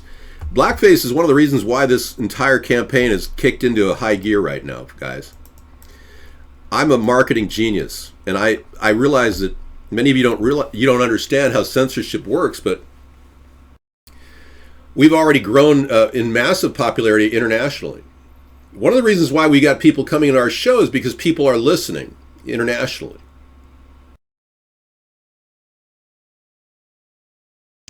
Well, no, censorship is going on in the mainstream media. You don't understand. Claiming that just because I have a blog show means I'm not censored is the most mindless, imbecilic evaluation of censorship I've ever seen. I don't have equal access, and I certainly don't have equal protection under the law. I don't have a security force that they give standard Republican or Democratic leaders. I don't have anything like that. Play what video? We did a really good... Okay. We really did a good Halloween special if you go back in our YouTube archives. Bear in mind, guys, I don't have any personal gain involved in this, so I don't really care of the outcome. I'm uncensored here, yeah, but I'm completely censored in the mainstream media, and my YouTube hit counter has locked up. That blackface video was copied in 2010, and the guy who copied it actually made money selling Blu-ray discs to dance clubs around the world, believe it or not. But he made a copy on YouTube, and it's still locked down at the same number of hits, 15,000 hits. They have hit counter locks at YouTube. YouTube, by the way, is primarily backed by the U.S. government. Google is run and operated out of the Navy. Many people don't realize that DARPA bought up much of the stock at Google early on. They took presiding control over Google, over Larry Page and Sergey. Sergey and Larry Page opened up ABC.xyz in the Alphabet company simply because they want control over the entity that's been taken out from under them. No, I am censored. And claiming I'm irrelevant is a gross lack of understanding of the censorship that's going on. I am very calm. Thank you. No, technically I'm not racist. That's not true. I've never said a racial slur in my life. And just because I did an impersonation of Barack Obama in 2008 and 2014 does not make me racist.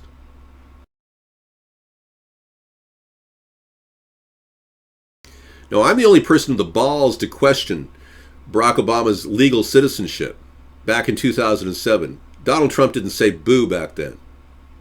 It was only until about 2011 that he finally spoke up. He was way late on the birther issue. I was leading on the birther issue. I don't need money. No, this is not about money. This is about gaining exposure.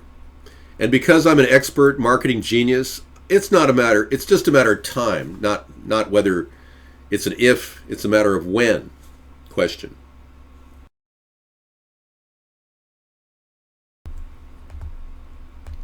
Believe me, this is not overexposing myself. This is just the beginning. I'm interactive, transparent. I will open up a daily chat show in the White House come 2017. Believe me, an internet expose on Ted Cruz cannot be run by me. I've already been censored. I'm trying to explain. I have a hit counter lock. I couldn't do any exposés on my site. It wouldn't make any difference. I'm going to be changing creating a new YouTube site in 2017 to expose a lot of the problems and test it out. But I have a feeling they've already got a strike against me. And whether it was for the blackface video or whatever, I think they see me as a political threat to the two-party system. So they're shutting me down. Believe me, 100 viewers on Vaughn Live is not what we're reaching solely. We've got other shows that we're broadcasting to right now, which I just don't follow their chat. Well, you can't bypass the censorship that YouTube put in place. I don't think you're getting this, man. You don't understand what they've got in place. Google is controlled by the Navy. They operate as a tool for the NSA and for organizations like DARPA.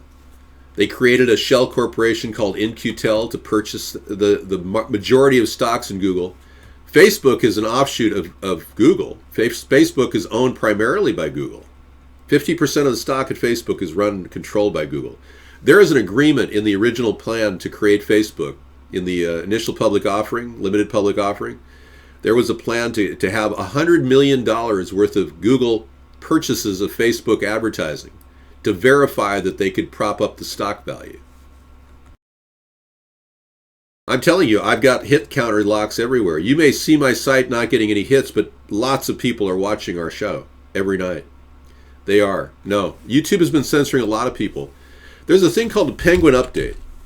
What many of you don't understand is we are so steeped in lies that they just basically took out a justice, murdered him, with a pillowcase over his head, sitting there dressed like he was laying in state with no ruffles in his blanket, and claimed he had a heart attack.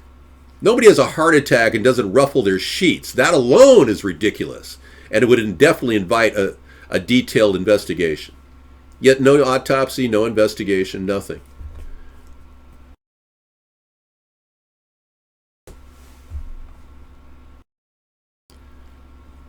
The fact is, I don't trust billionaires. I don't believe that they're going to be doing the work necessary to support the average American. I really don't believe a billionaire can solve our economic problems, because most of the billionaires out there have been borrowing money to get their billions, not earning it the hard, old-fashioned way. Many of those people have just been asking for 0.34% loans from the Federal Reserve, and they've been getting them. The Fed has already offered out almost $20 trillion in loans over the past 10 years. And they don't expect it back right away. They just leech money back in slow amounts. Right now, the economies of various countries like Japan are experimenting with what are called negative interest rates. And these negative interest rates are actually expected to somehow stimulate growth. They're paying people to accept money, which is absurd.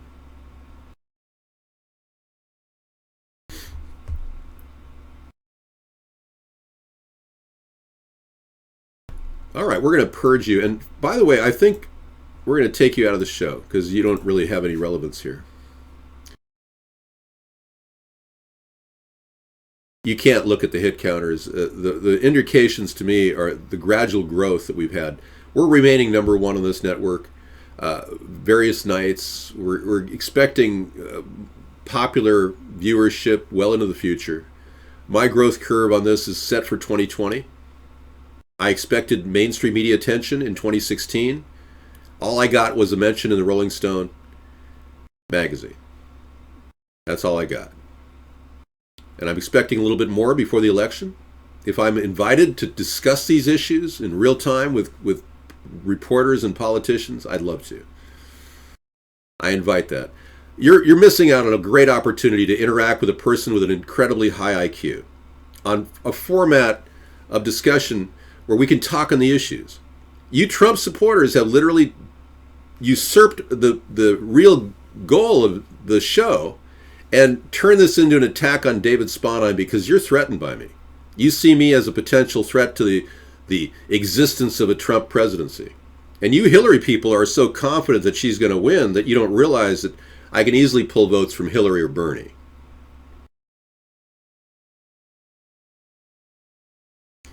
I have a great self-esteem.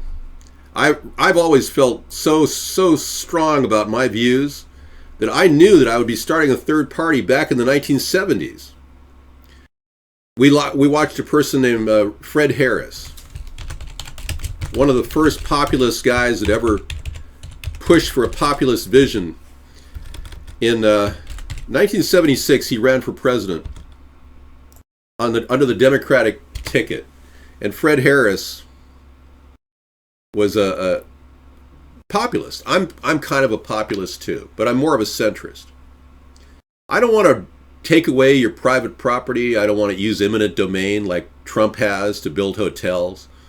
I want to basically give people pride and ownership of a home. Return America to the home of the dream of home ownership. You're not going to be able to crush my ego because my ego is very humble. I've built my entire life on a simple core vision of truth, honesty, and justice. And I don't see a lot of justice. In fact, Justice Scalia, I think, has been dealt injustice by not even having an investigation or an autopsy. He was just casting aspersions. I'm not going to do that. You know, we don't allow people to demoralize our show on a usual basis. I've allowed this to open up to guest chat tonight because I really see this growing rapidly.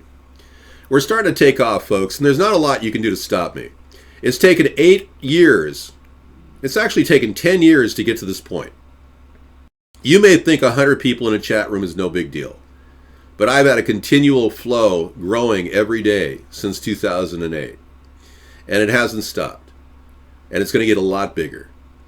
The American people are dying for an alternative to the two-party system. The fact that Trump doesn't have the vision enough to start a third party, some rich guy named Michael Bloomberg claims he's going to start a third party. We've honed our platform to appeal to a centrist vision that'll pull votes from the left and the right to win this election.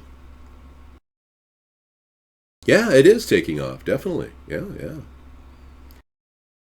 You just don't realize how powerful the word of mouth is.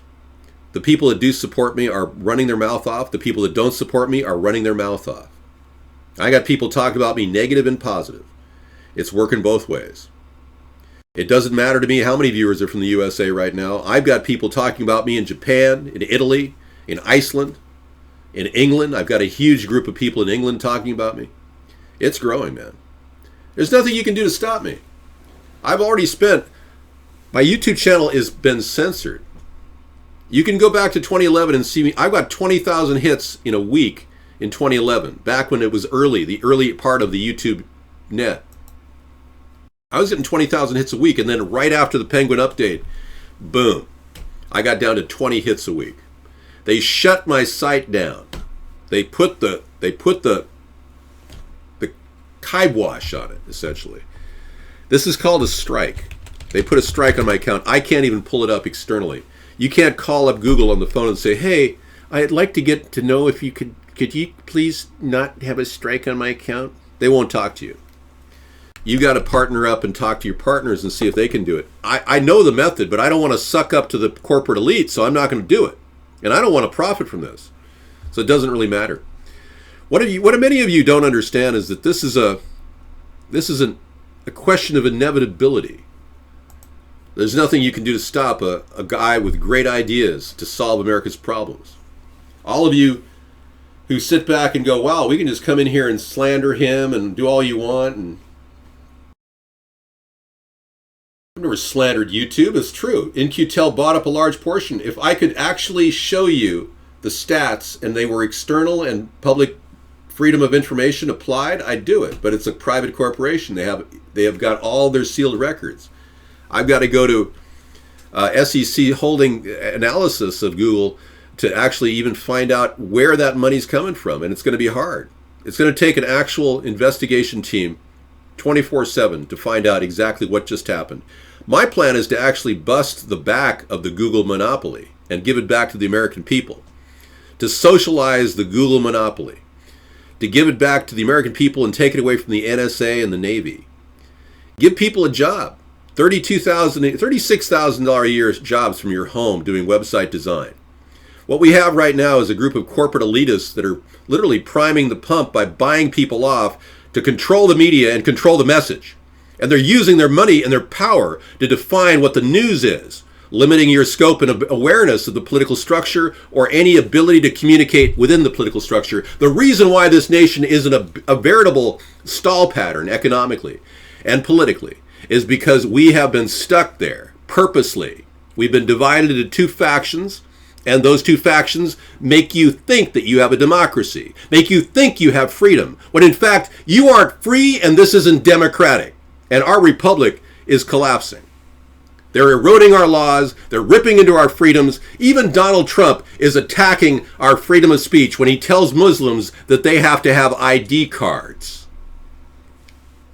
That's all you got is blah, blah, blah. I can rip a new one in your multitude of orifices by simply directing at your lack of brain power. I am an expert at verbal combat, and I will dethrone this self-aggrandizing billionaire named Donald Trump whenever I get a chance to debate him. But you know something? They can't put me in front of him because I'm too powerful in my delivery. I can blow his style of communication away. I'm an expert in verbal combat. You couldn't even begin to argue with me and expect to win. So bear in mind, you are looking at the future president of the United States whether you like it or not. It is inevitable. And the reason why I'm here is to deliver a centrist message for the American people, a fiscally conservative message that doesn't bankrupt our nation and put us deep in the hole like Donald Trump would do, because he already did that. I'm going to give you a couple of reminders for all of you Trump supporters, because tonight's a Trump night. I'm going to probably turn Trump Tuesday, because I'm going to be going after this guy if he keeps pushing my ideas as his own and pretends to in any way offer the American people solutions. I've got the solutions. He doesn't. I'm just getting started. So bear in mind, I enjoy the show, even though I am getting a little bit passionate. But in no way do I want our nation to just accept what is stuck in front of them like you're forced to eat crap versus feces. Right now you got a choice between crap and feces for your president. I'm not saying either one is crap or feces. I'm just saying your choices are rather limited. That's my point.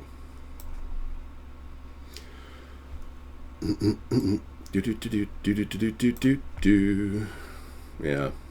Two parties, one ideology. That's where you're up against. I'm not paranoid and I'm not delusional. I'm an average man running for president. I have every right to do this. You cannot take that away from me. You don't get it, do you? You've got the choice between crap versus feces because they want that choice to be made. You're basically, you choose between Lucifer or Satan. That's what they've lined up for you here. All right, let's take a look. We've got our song, so let's just show you why we do this every night.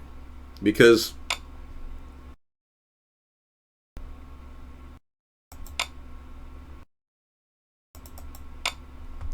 dude, I have no mental problems whatsoever. Never did. I open links, yes. Poochie's got a link. What link did you give me, I beyond that? Let me take a look. David, open the link. I'm opening it. Thank you. Thanks for reminding me. I will. Thank you. Yeah, you got a big choice for the coming election. You got crap versus feces. Head to head.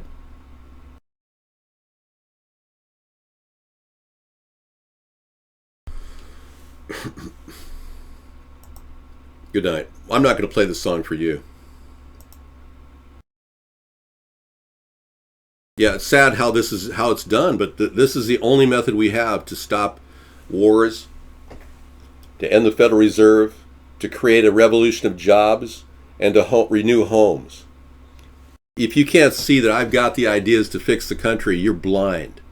If you can't see that mobile medical units would help alleviate the cost of healthcare, the rising costs of corrupt healthcare industry workers that are literally bankrupting you and your family of your houses when you get sick. The truth is, if you get sick and you go to the hospital, your chances of dying increase dramatically. The truth is, you've got hospital-borne infections that are literally going to kill you. Every year, 250,000 people die from staph infections at our hospitals.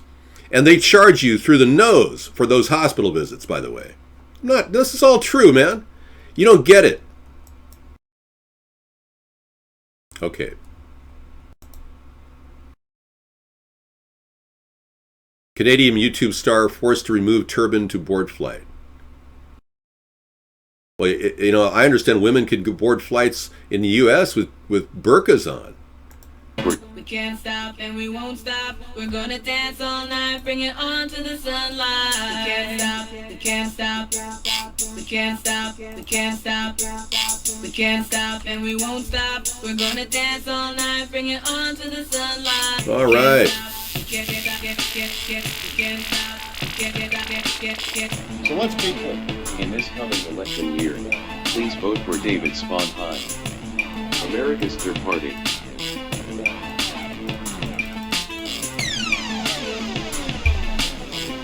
Sponheim for president.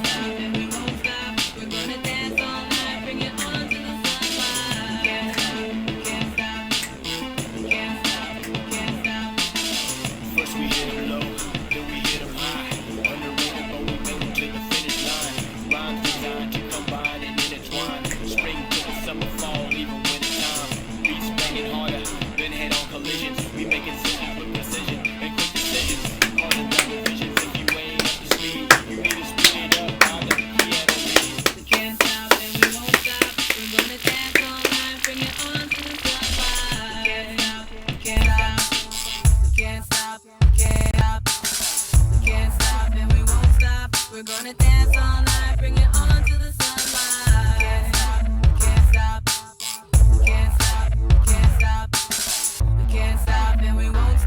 We're gonna dance all night, bring it on to the sunlight. Can't stop, we can't stop, we can't stop, we can't stop, we can't stop, and we won't stop. In this coming election, vote for David Sponheim. America's Third Party.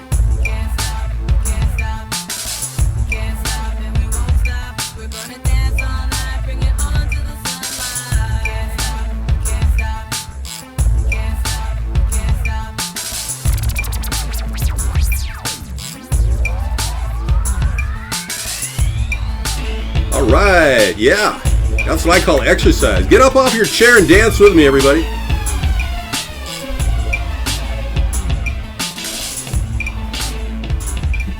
Get some exercise. Everybody needs a little exercise.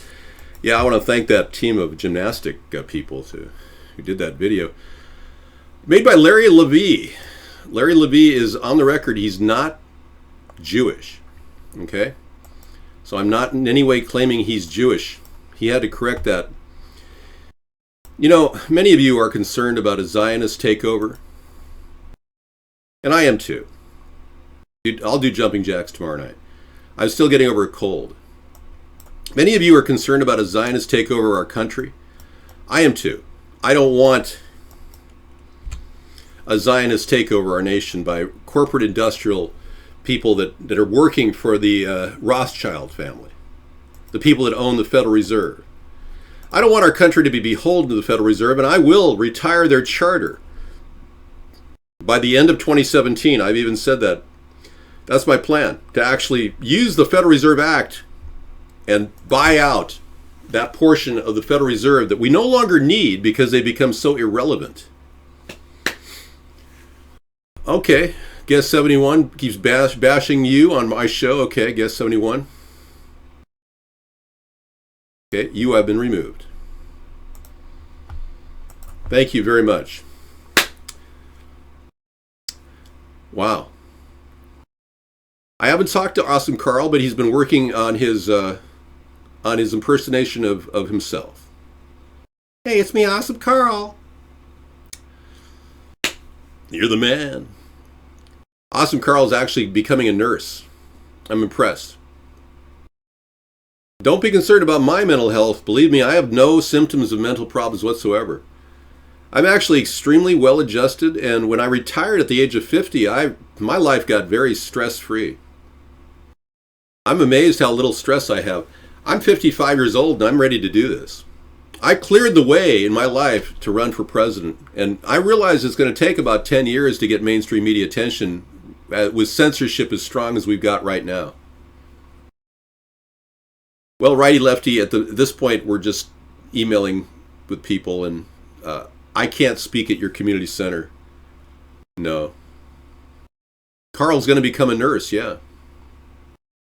He's studying for his licensing right now. I think he's starting with LVN, and he'll go from there.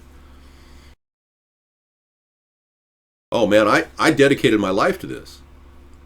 It's not just about running for president. It's about stopping the two-party one ideology. It's about building a third party. Believe me, I'm more concerned about building a third party than I am about running for president in the 2017 year.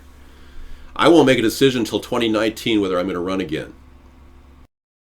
So for 3 years, we're going to just have fun.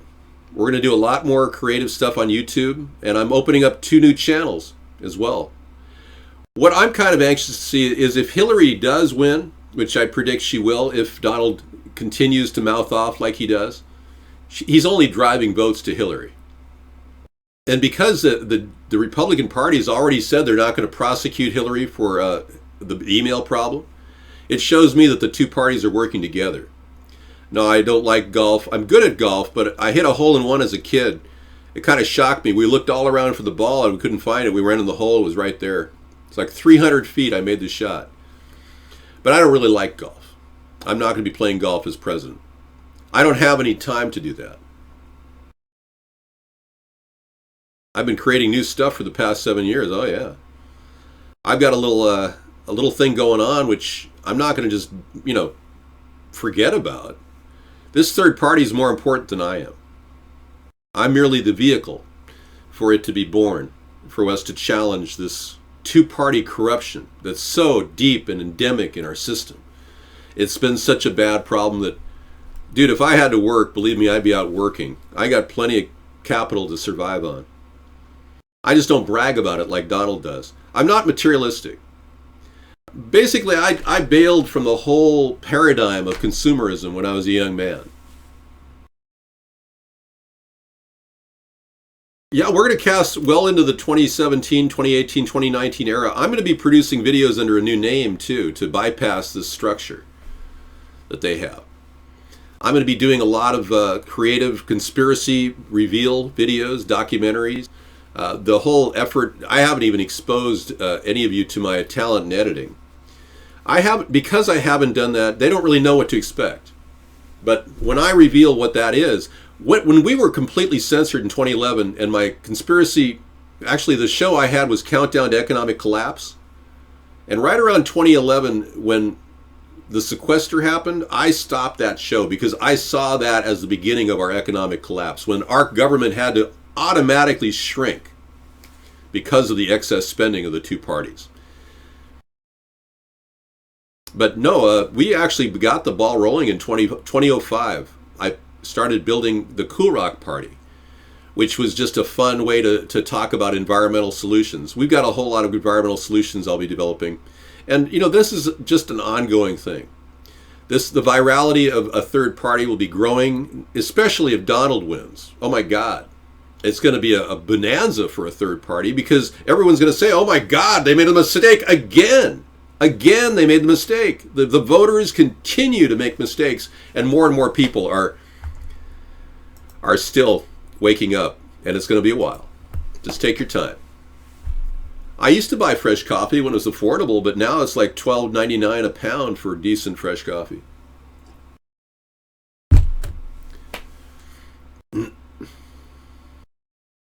Thank you. The internet was basically the countdown to economic collapse. I realized when my hits went from 20,000 down to 20, it wasn't because my subscriber levels were being suppressed. It was because my hit counter was being suppressed. So I knew at that point that I just was going to wrap it up. And it was a good time to end it. But we were getting 20,000 hits a week, and then boom, the Penguin update. And many patriots, many people who were supporting unique perspectives, birthers, were shut down that year. That was the year, because that was when Abbottabad happened. The fake attack on Osama bin Laden, which has never been verified with any factual evidence.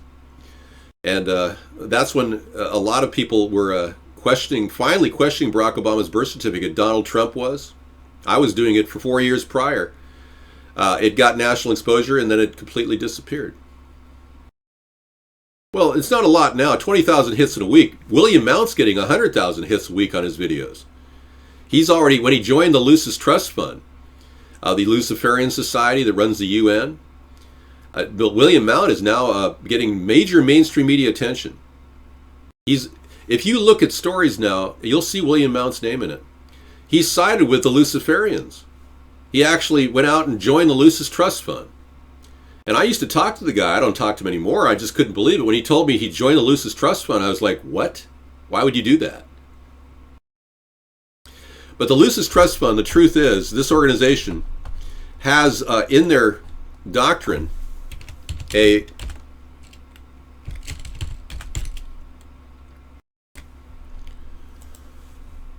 actual article on the meaning of Lucifer on their website. I'll just give you a link to the esoteric meaning of Lucifer.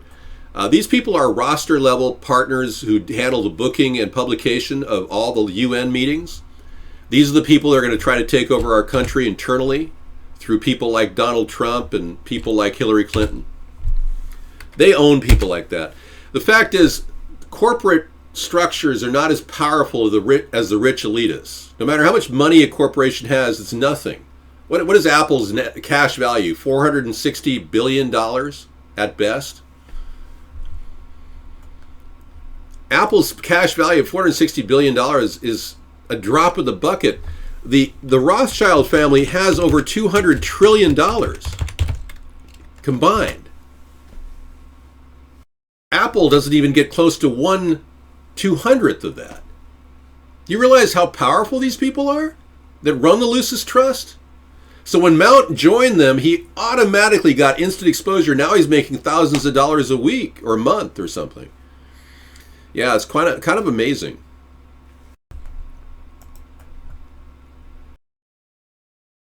Hi, Martha. We don't take visitors who claim to be psychologists to the show because there's no one with psychiatric problems here. Yeah. They're sick, I know. Now let me give you a link to the Lucis Trust meaning of Lucifer, and you can find out for yourself what these people are all about. I in no way am promoting this. I'm only trying to give you an inside view as to how insidious and sick and demonic these people are. Anybody claiming to be an expert needs to contact me at AmericasThirdParty at gmail.com. And whenever I ask them to email me something, they never have any valid statements to validate themselves.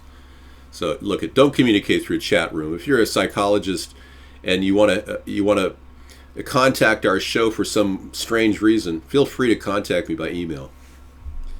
I'll field all your questions, and I'll certainly refer any questions to my attorney, and he can serve you. Yeah, so this is it, guys. If you want to go to the Lucis Trust Fund, when Mount did that, it kind of shocked me. When people side with the Federal Reserve and suck up to the Federal Reserve and get all kinds of money and loans and have 4 corporate bankruptcies like Trump did, magical things happen. Yeah. That's why do you think people become so successful in this world? Because they're worshiping the devil. My God. Think about it. Hi, Miguel. Welcome. At least you're not here claiming you're a psychologist. I'm not obsessed with Dr. Mount. He's a personal a contact that I've actually been in touch with early on when we started our show. I walked up to him at the Beyond Oil event at Microsoft campus, and he was talking to the former director of the CIA. And I listened to both of them talk, and their conversation was about how our country had gone bankrupt back in 1933. The United States of America went bankrupt. We're still bankrupt, by the way. The United States Corporation is managing our affairs, but that's a separate subject. Why would I need an attorney? I've never done anything wrong. I'm not slandering anybody. Dr. Mount has openly stated he joined the Lucis Trust Fund. And at that point, I found that out about a year ago. I was like, I'm not going to be calling very often. I don't want to talk to somebody who's involved with Luciferians. No, I don't do prank calls, man. I don't want to violate any laws. Well, I can certainly talk about how Scalia, if it's a shock to you to know that Scalia was preventing our police state from, the prison system from shrinking. He actually ruled against proportionality laws, claiming that the Eighth Amendment was something that should definitely be an organ that penalizes people, even if it's cruel and unusual. He didn't in any way think that that related to the prison population, the enlarged prison population. So they're saying that with Scalia not in the Supreme Court, we may see a decline in the number of prisoners in our country, which I welcome the idea, but I certainly wouldn't welcome Scalia gone.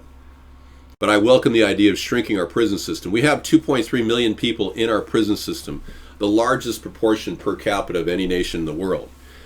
North Korea has 1 in 100 in their prison system. We have 2.3 out of 100 in our prison system. I'm not wearing a wig. This is my real hair, dude. But that's an interesting aspect. Scalia, his absence and the liberal that will be placed in his place will definitely change the dimension of our prison system. So I'm helping in a way that we do approach this this prison problem. It's a for-profit prison system we have now. I don't think we should fuel it by turning against the proportionality clause in the Eighth Amendment, like Scalia did. That's the simplest way I can describe it. I hope that helps you understand my intelligence level and how sincere I am to help shrink the prison population and make people independent. I mean, it's less costly for us. The truth is, it's less costly for us to give a person welfare than it is to warehouse them in a prison. Prisons are by and large $35,000 to $50,000 a year to warehouse. If you're a pedophile, you shouldn't be released. But we need to modify the way we deal with pedophiles. We've got a prison out here in Tacoma, McNeil Island, that is actually almost a playground for pedophilia. I mean, these people have internet access. It costs roughly $80,000 per inmate. There's about 250 level 3 or 4 or 5 offenders. One woman, 249 male figures. And they've got a staff of 1,200 people that work around the clock. So we literally are wasting money on these prisons. So that has to be modified. Where is the get your wig? It's not a wig. This is my real hair. But you got to agree that, well, I would thank Len's Room for supporting me. I received his email. Tell him I thank him for his support. That was very nice of him to email me, but I have yet to give him another chance to call on our show because he definitely violated my trust. I talk too much? Why do you think I opened a show up? Should I just sit back and not talk? And we just like, okay. Yeah, I can talk you under. I'm actually capable of talking 24/7.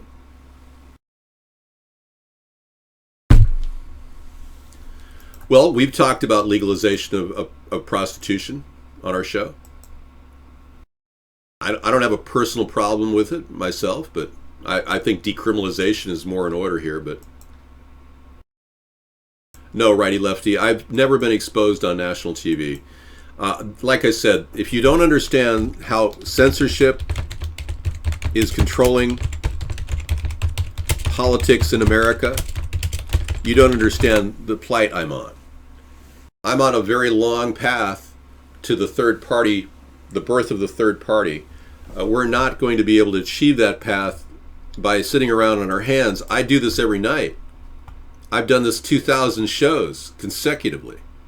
I never stop because I can't stop, because I won't stop. You see, you can't shut me down. No matter what you do, you're not going to shut me down.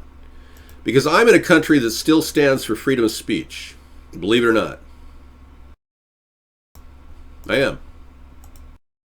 Well, once I achieve this third party, it'll be remarkable. My greatest achievement when I look back will be to break the back of the two-party system, like Abraham Lincoln did. And when he did that, it was with the help of others, but I can tell you, I'm going to need your help to do this. And by spreading the word about a third party or our website, AmericasThirdParty.com, you can actually help promote this third party, and you can print out a sign. Go to our website and print this out and put it in the back of your car, your window, right behind your head. It's not blocking your vision. Why do you let the hole under your nose heal up? I don't know what hole you're talking about. You mean my mouth? Believe me, Vaughn is not the general population. And 289, I never lie.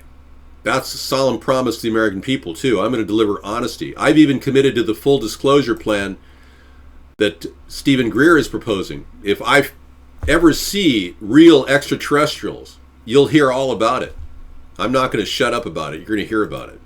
But we have a greater problem with the threat of artificial intelligence and the growth of the cybernetic world and transhumanism. That's already infected our leaders in the two-party system. Transhumanists are actually being explored by Hillary Clinton. She's talking about how we will be RFID chipped in the future. We talked about that on our show at the beginning of our show. Many of you who are watching this in archive remember that. It's like 4 hours ago.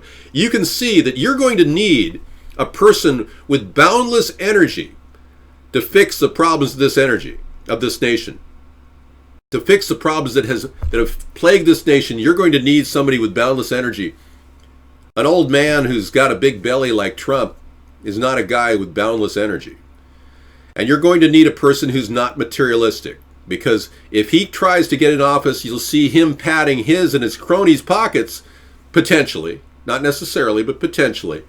And that could definitely affect our nation's survivability and sustainability.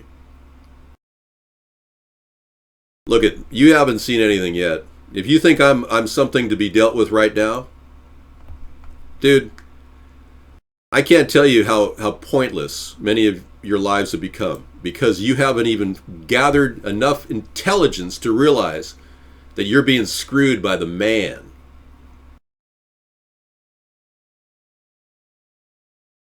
Well, I'm not in any way in favor of what Glenn does. I've even commented on our show about how I believe it's wrong to prank call people. And I would never call Glenn, and I don't receive calls from him because he actually recorded my statement one day on his show without telling me. You know, calling people names is the lowest form of ignorance. You're like a bottom dweller, man. You can't even begin to understand a word I'm saying. So calling me an a-hole is of no value. You can't even comprehend what I'm saying, man. I do support stem cell research, yes. And stem celery research. Any kind of stem celery research, like modern ways of making celery.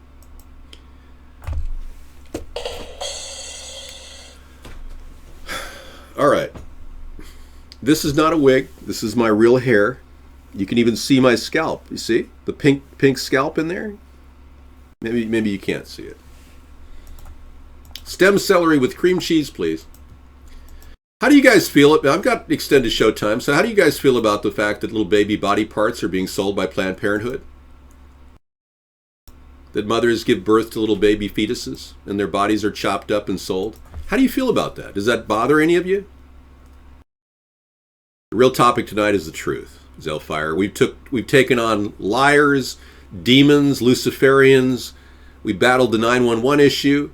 We talked about the dangers of the future cybernetic world. I mean, what haven't we covered in this show?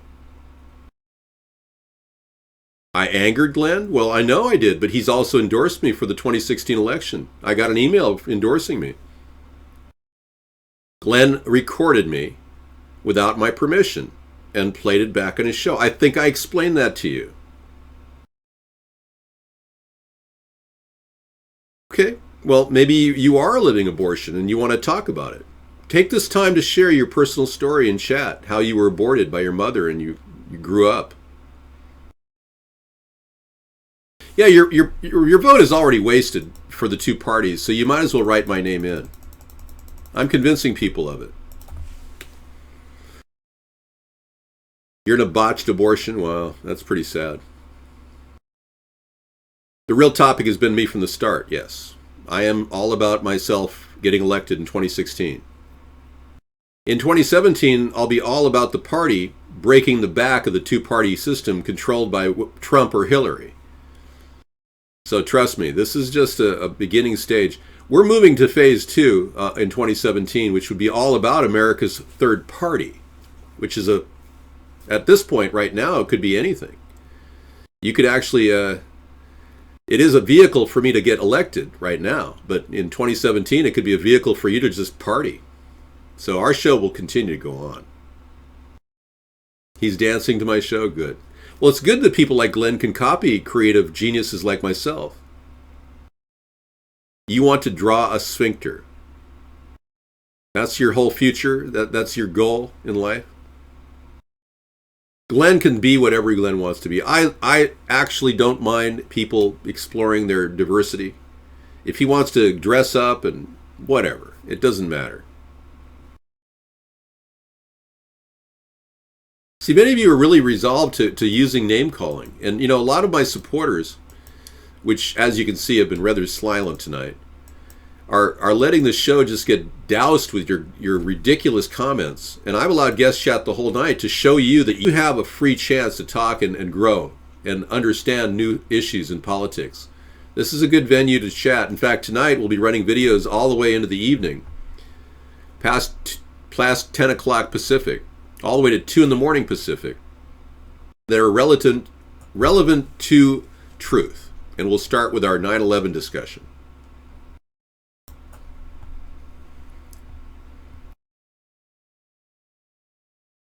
Well, good. I'm glad you are my supporters having fun. Thank you.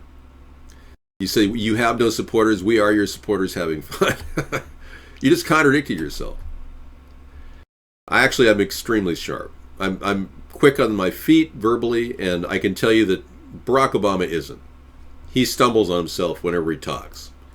Well, let's be clear. The government is not responsible for creating jobs.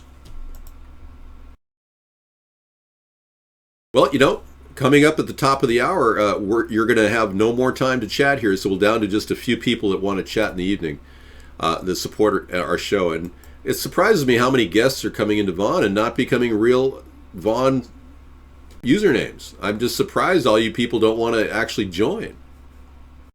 There was a time when chat was in its infancy, and Sarah and I met during that time period about 18 years ago. And it was so cool. And we're going to try to help revive that concept of cool chat in our future. After 2016 is over and the election is decided and you the American people, choose who you want, I'm moving on to creativity land, where I can generate all kinds of new venues. We've got a couple of flagship websites that could very well, grow. And we want to give you guys a chance to talk on many different subjects like back in the old days.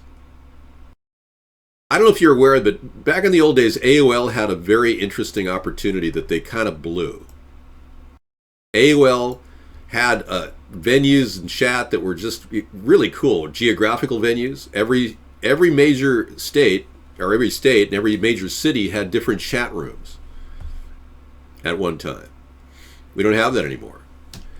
We've got lack of discussion going on issues. And so that's why we really like talking about politics. Guest chat is on, yes. They've had to shut people down from our show. They limit it to about 100, but they've had to turn people away to get in tonight. And that's one of the reasons why when Blog TV opens up, we're going to be looking at a whole lot new options. We'll still broadcast here, but we're also going to go back to our Blog TV concept which we did for 4 years before we migrated to the Vaughn network. I can leave guest chat on. I will for you. I'll leave guest chat on. You guys can talk into the time where it starts to get a little bit boring, and then I'll go back to non-guests. But yeah, you win. No problem. Okay, so up close and personal. Tonight I've got a lineup of interesting things about 9/11, videos that you may not have seen about what many people claim is an inside job, possibly, like I do, like Donald Trump doesn't. That talk about the Zionist influence. We'll start with the Israeli Mossad involvement in 9/11, part 1 and part 2. Very interesting reveal of how the Israeli government has been monitoring the actual phone transactions of U.S. communications for years prior to 9/11 and continue to this day. Very powerful videos called Israeli Mossad involvement. Yeah, good stuff. Part 2. And then we'll talk about Larry Silverstein, how he was the only person in world history to have terrorism insurance. Larry Silverstein was the owner of the Trade Center, and he received a huge amount of money when they fell. According to the internet, it says that you just moved into you. Well, thank you. I finally walked into my own shoes, and I'm filling them. Well, if he did have a leakage, he probably has retrofitted his body wear with Depends underwear. Well, believe me, I've listened to the people, the Trump supporters in here who like my ideas that Trump took. I understand where you're coming from. You think Trump is a winner, not realizing that he's just owned like so many other politicians. I get that. I will say this. I've modified all of my conversations. I've tapered them down from the early days when I was calling him other names to what we call him now, a corporate elitist, okay? I'm gonna modify my chat so I simply call him a corporate elitist. I never committed slander, but I don't really think it's in the vein of good political discourse to call people names. I really don't. So you Democrats and Republicans, I'm sorry I've called you Democrats and Republicans. Yeah, just because you're sucking up to big business, I'm 55. Thank you. Just because you sucked up to big business, the Republicans, and you dumbed yourself down, Democrats, I would like to kind of slow down on that too. I don't think it's that verbiage is working for me anymore. It did for a while though. People really, it was resonated among people in the show. Okay, so yeah, I'm trying to modify, and I don't want to make this into like a verbal slam bam discussion. Okay, let's take a look at leaked cruise missile, the leaked video of a cruise missile hitting the Pentagon. That alone should give you adequate. The fact that Donald Rumsfeld said that $2.3 trillion was missing from the Pentagon one day before 9/11 and nobody ever talked about it after that, that's pretty telling. I'll show you a demolition vehicle that driving right through New York City the day of the bombing, or the attack, or whatever you want to call it. And we got mysterious deaths of 9/11 witnesses coming up. And I won't give you any, then I'm going to move on. And then the next phase will be our false flag discussions, in which we bring up new information about all this lack of evidence that's available or not available about shootings, like the San Bernardino shooting, Charleston, South Carolina shooting, the Sandy Hook event, which still to this day is shadowed in mystery. Why is there no blood evidence of actual victims in the redacted footage that came out from the Sandy Hook, the state police in Connecticut regarding Sandy Hook, which was almost a year delayed? The police report was a year in coming. All right, lots of stuff tonight to talk about. I would be remiss if I didn't show you Loose Change too. That was one of the opening movies that exposed the possibility of an inside job. All right, we are fighting Zionism. run by, and I'm not talking about the state of Israel. I love the fact that we've now redefined what Zionism is. I have. It's no longer just the formation of the state of Israel. I acknowledge Israel as a state. I accept that they're a very important ally to America. But I don't want is global industrial leaders who happen to be Zionists trying to take over the entire world and form a global unified authority and undermine the nation-state model, which has been the model for government forever, ever, and will continue to be the model for government. I know he's going to play that song. He's looking for any kind of attention he can get. It doesn't matter. It's okay. It doesn't matter.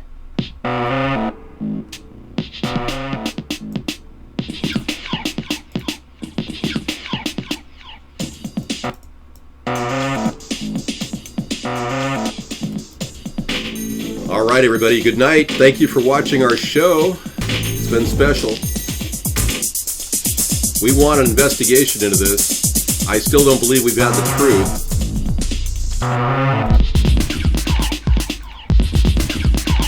And I want to say good night to everybody, and I'll see you tomorrow. Take care.